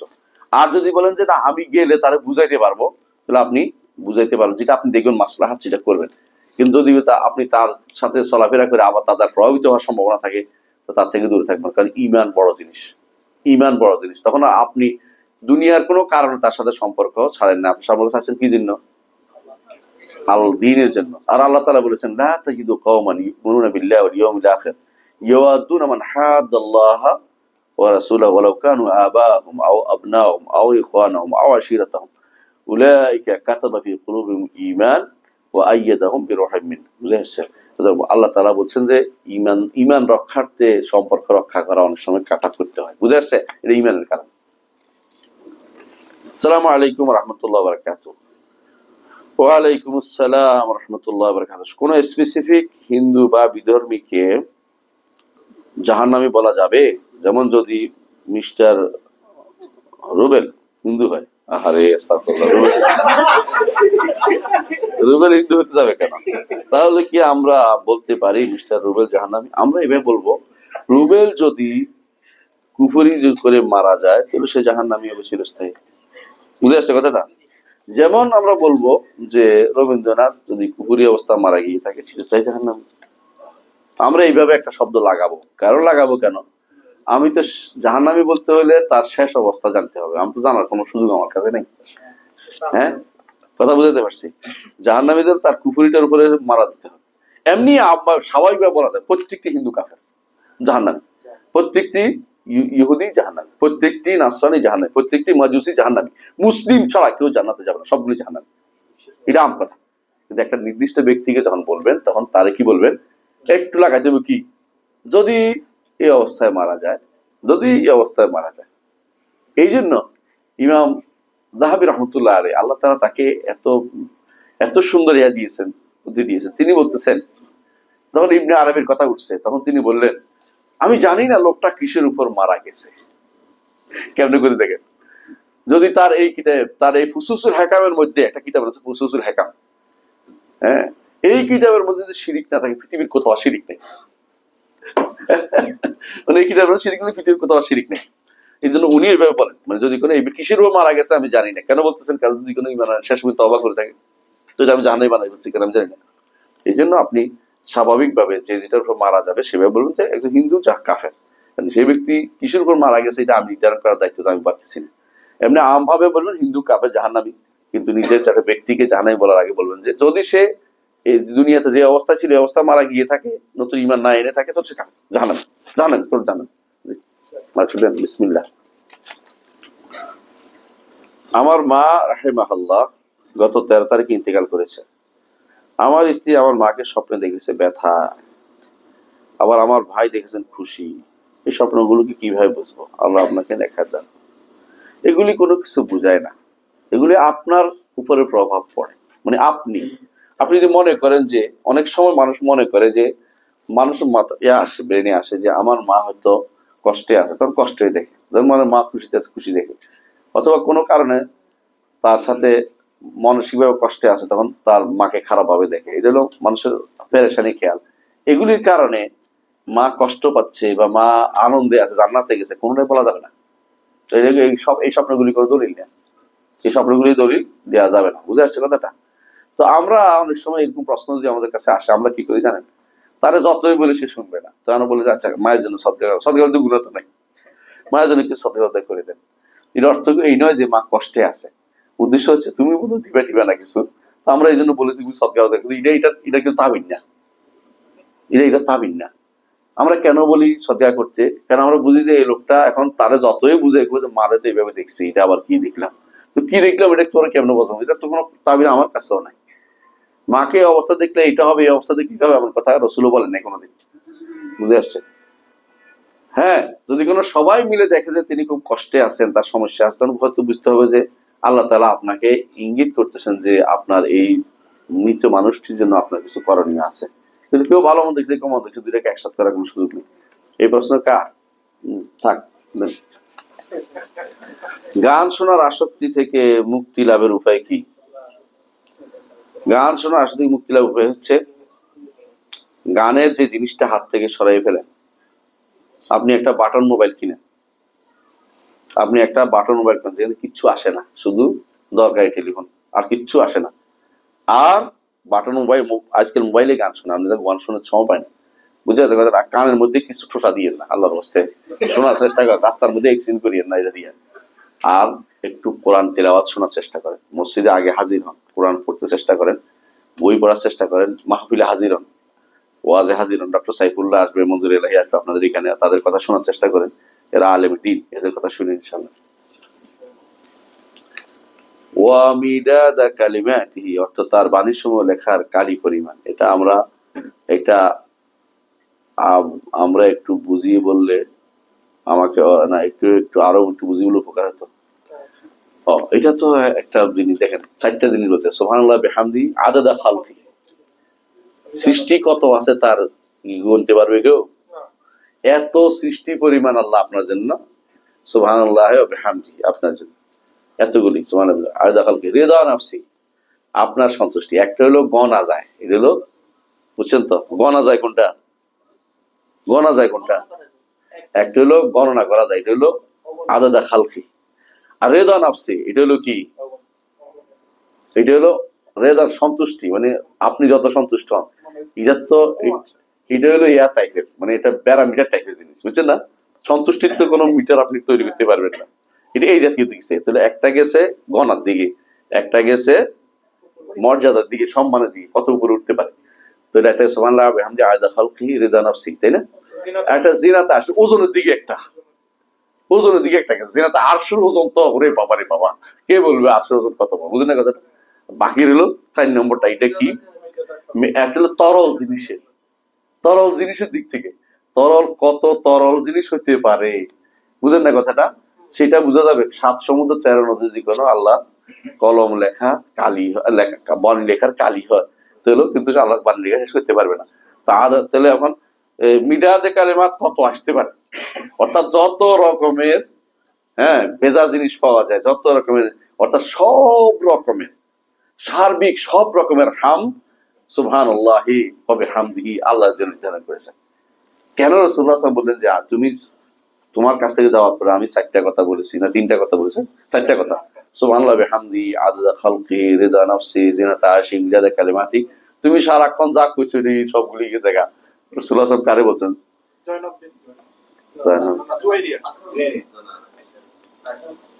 না আয়েশা না, জুয়াইরিয়া, জুয়াইরিয়া রাদিয়াল্লাহু আনহা না? আচ্ছা, রাসূলের আমাদের এক মাকে বলছে যে তো তাকে বলছেন। যাই হোক, কি উম্মে হাবিবা না তো? উম্মে হাবিবা না তো? আচ্ছা, জুয়াইরিয়া রাদিয়াল্লাহু আনহা, জুয়াইরিয়া, হ্যাঁ, জুয়াইরিয়া রাদিয়াল্লাহু আনহাকে। তো কেন বলছেন? যাতে করে মনে না করে যে আমি বিশাল কিছু করে ফেলছি। কিন্তু আসলে ইবাদতের ক্ষেত্রে কেন অনুসরণ করতে হয় রাসূলুল্লাহ সাল্লাল্লাহু আলাইহি ওয়াসাল্লামকে?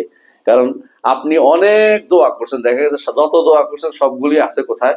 রব্বানা আতিনা ফিদ দুনিয়া হাসানা ফিল আখিরাতি হাসানা ওয়া কিনা আযাবান্নার। তো আপনি এতক্ষণ বসে বসে বানাইছেন, কোন ফায়দা হয়েছে? এটা হচ্ছে মূল জিনিস, প্রমাণ করলো যে তুমি এত এই বসে বসে এটা যে গুনতেছো, এটার ফায়দা হয়েছে বেশি হয়েছে 4টা করে না। এই জন্য এলমের 3বার পড়লে এলমের যে কত মর্যাদা আপনি বুঝেন তো।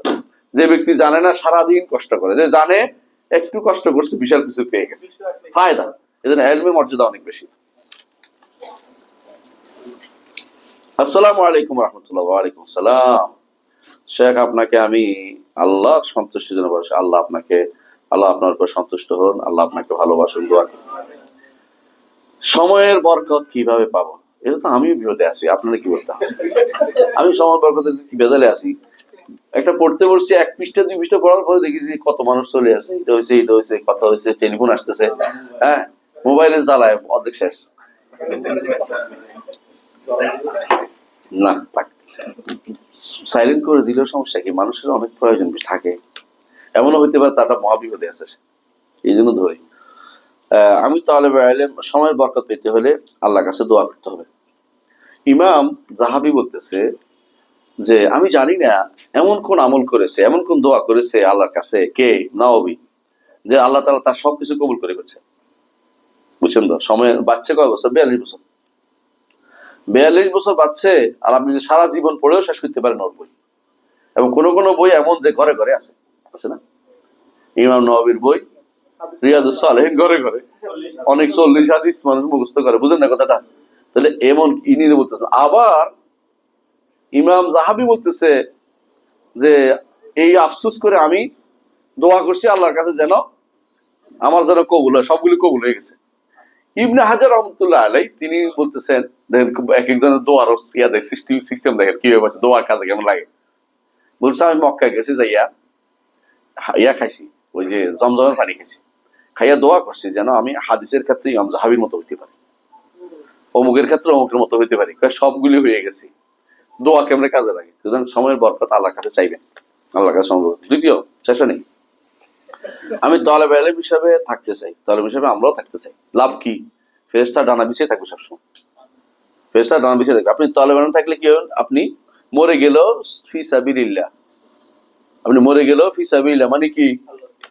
আপনি শহীদ হিসেবে মারা যাবেন আল্লাহর রাস্তায়, আল্লাহর রাস্তায় শহীদ হিসেবে মারা যাবেন। বিশাল বিশাল বিশাল জিহাদের দায়িত্ব, জিহাদের কাজ। যে ব্যক্তি ইলম তলবকে জিহাদ মনে করবে না, সে ব্যক্তি ইলম বুঝে নেই, জাহেল।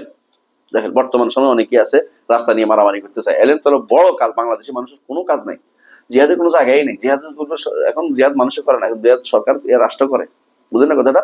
ব্যক্তি এখন অনেক সমস্যার কারণ রাষ্ট্র লুকাইতে পারে না, গাজাতে মরে গেছে মানুষগুলো, ভিতরে লুকাইতে পারলে তো মরতো না ভাই, বুঝেন না কথাটা? কিন্তু এরা ভিতরে ঢুকে রয়েছে, চোরগুলো, নাম বলতে চাচ্ছি না, আবার রাগ করবেন। কিন্তু পরিবারের দায়িত্ব, স্ত্রীর দায়িত্ব, পিতামাতার দায়িত্ব ইত্যাদি করে আল্লাহ ইলম অর্জন করতে কষ্ট হয়, ক্লান্ত হয়ে পড়ি। ক্লান্ত হইলেও যতটুকু পারেন একটু করবেন, ওইটা ফরজ দায়িত্ব আদায় করতে হবে। ফরজ দায়িত্ব বাদ দিয়ে ইলম অর্জন করতে বলা হয়নি। আরেকটি প্রশ্ন, একজন মানুষকে কত ঘন্টা ঘুমানো প্রয়োজন? আমি তো শরীয়ত মোতাবেক বলতে পারবো না নির্ধারিত, তবে সাধারণ নিয়মে একজন মানুষকে 8 ঘন্টা এবং প্রাপ্তবয়স্ক বয়স্ক মানুষকে 6 ঘন্টা যথেষ্ট। আর আপনি যদি কোনো তালেবে ইলম হন, আপনার জন্য আরো কমাই ফেলবেন, আপনি বেশি বেশি পড়বেন। আর যদি আপনি ইবাদত করতে চান, আরো কমাই ফেলবেন, কোনো সমস্যা নেই। অনেক সাহাবী আরো কম ঘুমাইতেন, আরো কম ঘুমাইতেন। আপনার অভ্যাস হয়ে গেলে একসময় ক্ষতি হবে না, কিন্তু প্রথম প্রথম একটু কষ্ট হবে। তবে এটা করবেন না, এক রাত ইবাদত করে 10 দিন ঘুমাইবেন, এটা তো কোনো কাজ হইল না। অভ্যাস না থাকলে করেন না। জি, মানহাজ কি দেশ, এলাকা কিংবা পরিস্থিতি অনুযায়ী ভিন্ন হতে পারে? উদাহরণস্বরূপ বাংলাদেশ ও সৌদির পরিবেশ ভিন্ন, সেক্ষেত্রে বেদাতীদের সাথে মেলামেশা দুই জায়গায় দুই রকম। কেন বাংলাদেশে বেদাতীদের বয়কট করলে নিজেই বয়কট হওয়ার সম্ভাবনা আছে, যেহেতু আহলে সুন্নাহর অনুসারী কম। না না না, এই কথা ভুল। এই কথা যে বলছে সে আপনাকে বিভ্রান্ত করছে। সব জায়গাতেই সমান মানহাজ, সব জায়গাতেই সমান। সৌদি আরব দেখতে হবে মাসলাহাত কোনটা, দাওয়াতের মাসলাহাত কোনটা। যদি দেখেন সৌদি আরবে কেন বয়কট করতে হবে, বয়কট করলে সে নিজেই একঘর হয়ে যাবে। আর এইখানে বয়কট কখন করবেন? একঘর হইলে আপনার কোনো ক্ষতি তো নেই। আপনি এখানে দেখবেন যে দাওয়াত দিতে তারে দিলে উপকার হবে, তাহলে আপনি তার সাথে দেখা করবেন। যারে দিলে আপনার দাওয়াতের উপকার নাই, তার সাথে আপনি মার্চ করে লাভ নেই। কথা বুঝতে পারছি? তার জন্য মার্চ করে আপনি কি করবেন? তার তো আপনি উপকার, তারে মার্চ করার জন্য আপনি আরেক জায়গায় উঠে দিচ্ছেন, তারে মর্যাদা উঠে দিচ্ছেন, আপনি এখন নিচে পড়ে গেছেন। আপনি ছাগল, আপনি পাগল, আপনি কিছু করতে পারেন নাই, বোকামি করছেন এটা। এই জন্য বাংলাদেশের জমিনেও সব জায়গাতে একই রকম মানহাজ, এখানে পরিবর্তন হয় না কখনো। এখানে দেখতে হয় মাসলাহাত কোনটা, শরঈ মাসলাহাত কোনটা। যে শরঈ মাসলাহাত হলো আমার দাওয়াতের জন্য উপযোগী কোনটা হবে, দাওয়াতে যেটা ভালো হবে দাওয়াতের জন্য ওইটা করতে হবে আমাদেরকে। আর আপনি যদি মনে করেন যে দাওয়াতে উপকার করতেছেন, আমি কোন রকম দুনিয়ার স্বার্থে অথবা কোনো একটা বিশ্ব বৃহত্তর স্বার্থ নাম দিয়ে তথাপিত ঐক্য রক্ষার্থে করছেন, তাহলে আপনি কি করছেন? মানহাজের কবর দিচ্ছেন। আর নাই, শেষ ইনশাল্লাহ, শেষ। সুবহানাকাল্লাহ ওয়া বিহামদিহি, না শেষ নাই। আচ্ছা, হাদিস শেষ হয়েছে। বান্দা ওযু করে মসজিদে গেলে তার একটি গুনাহ ও একটি মর্যাদা বৃদ্ধি পায়। এখন আমার প্রশ্ন হচ্ছে, ওযু কি শুধু কি যাওয়ার কথা বলা হচ্ছে, নাকি আসা যাওয়া দুইটাতে? আসা যাওয়া দুইটাতে, হ্যাঁ। এবং কি জান্নাতের ঘরের কথা আসা যাওয়া দুইটাতে আছে হাদিসে। কুল্লামা গাদা আর রাহা, যায় আসছে গেছে দুইটাতে, সকাল বিকাল যখন যায়, যাওয়া আসা দুইটাতে। একজন হিন্দুকে আমার ডাকতে হচ্ছে, সমস্যা হলো আমি তার নাম জানি না, তাহলে কি ভাই বলে ডাকতে পারবো? ভাই ছাড়া কি আর কোনো কিছু বলা যায় না? দিনী ভাই বলছেন না আপনি? হ্যাঁ, হ্যালো, মানে ভাই কেন বলবেন না, আমি বলতে চাচ্ছি এটাই, ভাই বলবে না। অনেক সময় এই ভাইগুলো অনেকের কাছে মেসেজ যায়, ভাই বলা যাবে, কিন্তু তারা তো আমাদের ভাই, তো আসলে ভাই বলা যাবে না, ভাই বলা যাবে না। কারণ ভাই আমাদের, মুসলিমরাই আমাদের ভাই। ইন্নামাল মুমিনুনা ইখওয়া, ইমানদার ছাড়া কাউকে ভাই বলা যাবে না। অন্যদেরকে আপনি নাম ধরে বলবেন, মিস্টার পিটার, মিস্টার গিটার, অসুবিধা নেই, খুশি হয়ে যাবো, মিস্টার কইছে আমারে। সুবহানাকাল্লাহি ওয়া বিহামদিহি, আশহাদু আল্লা ইলাহা ইল্লাল্লাহ, আস্তাগফিরুল্লাহ। আসসালামু আলাইকুম ওয়া রাহমাতুল্লাহি ওয়া বারাকাতুহু।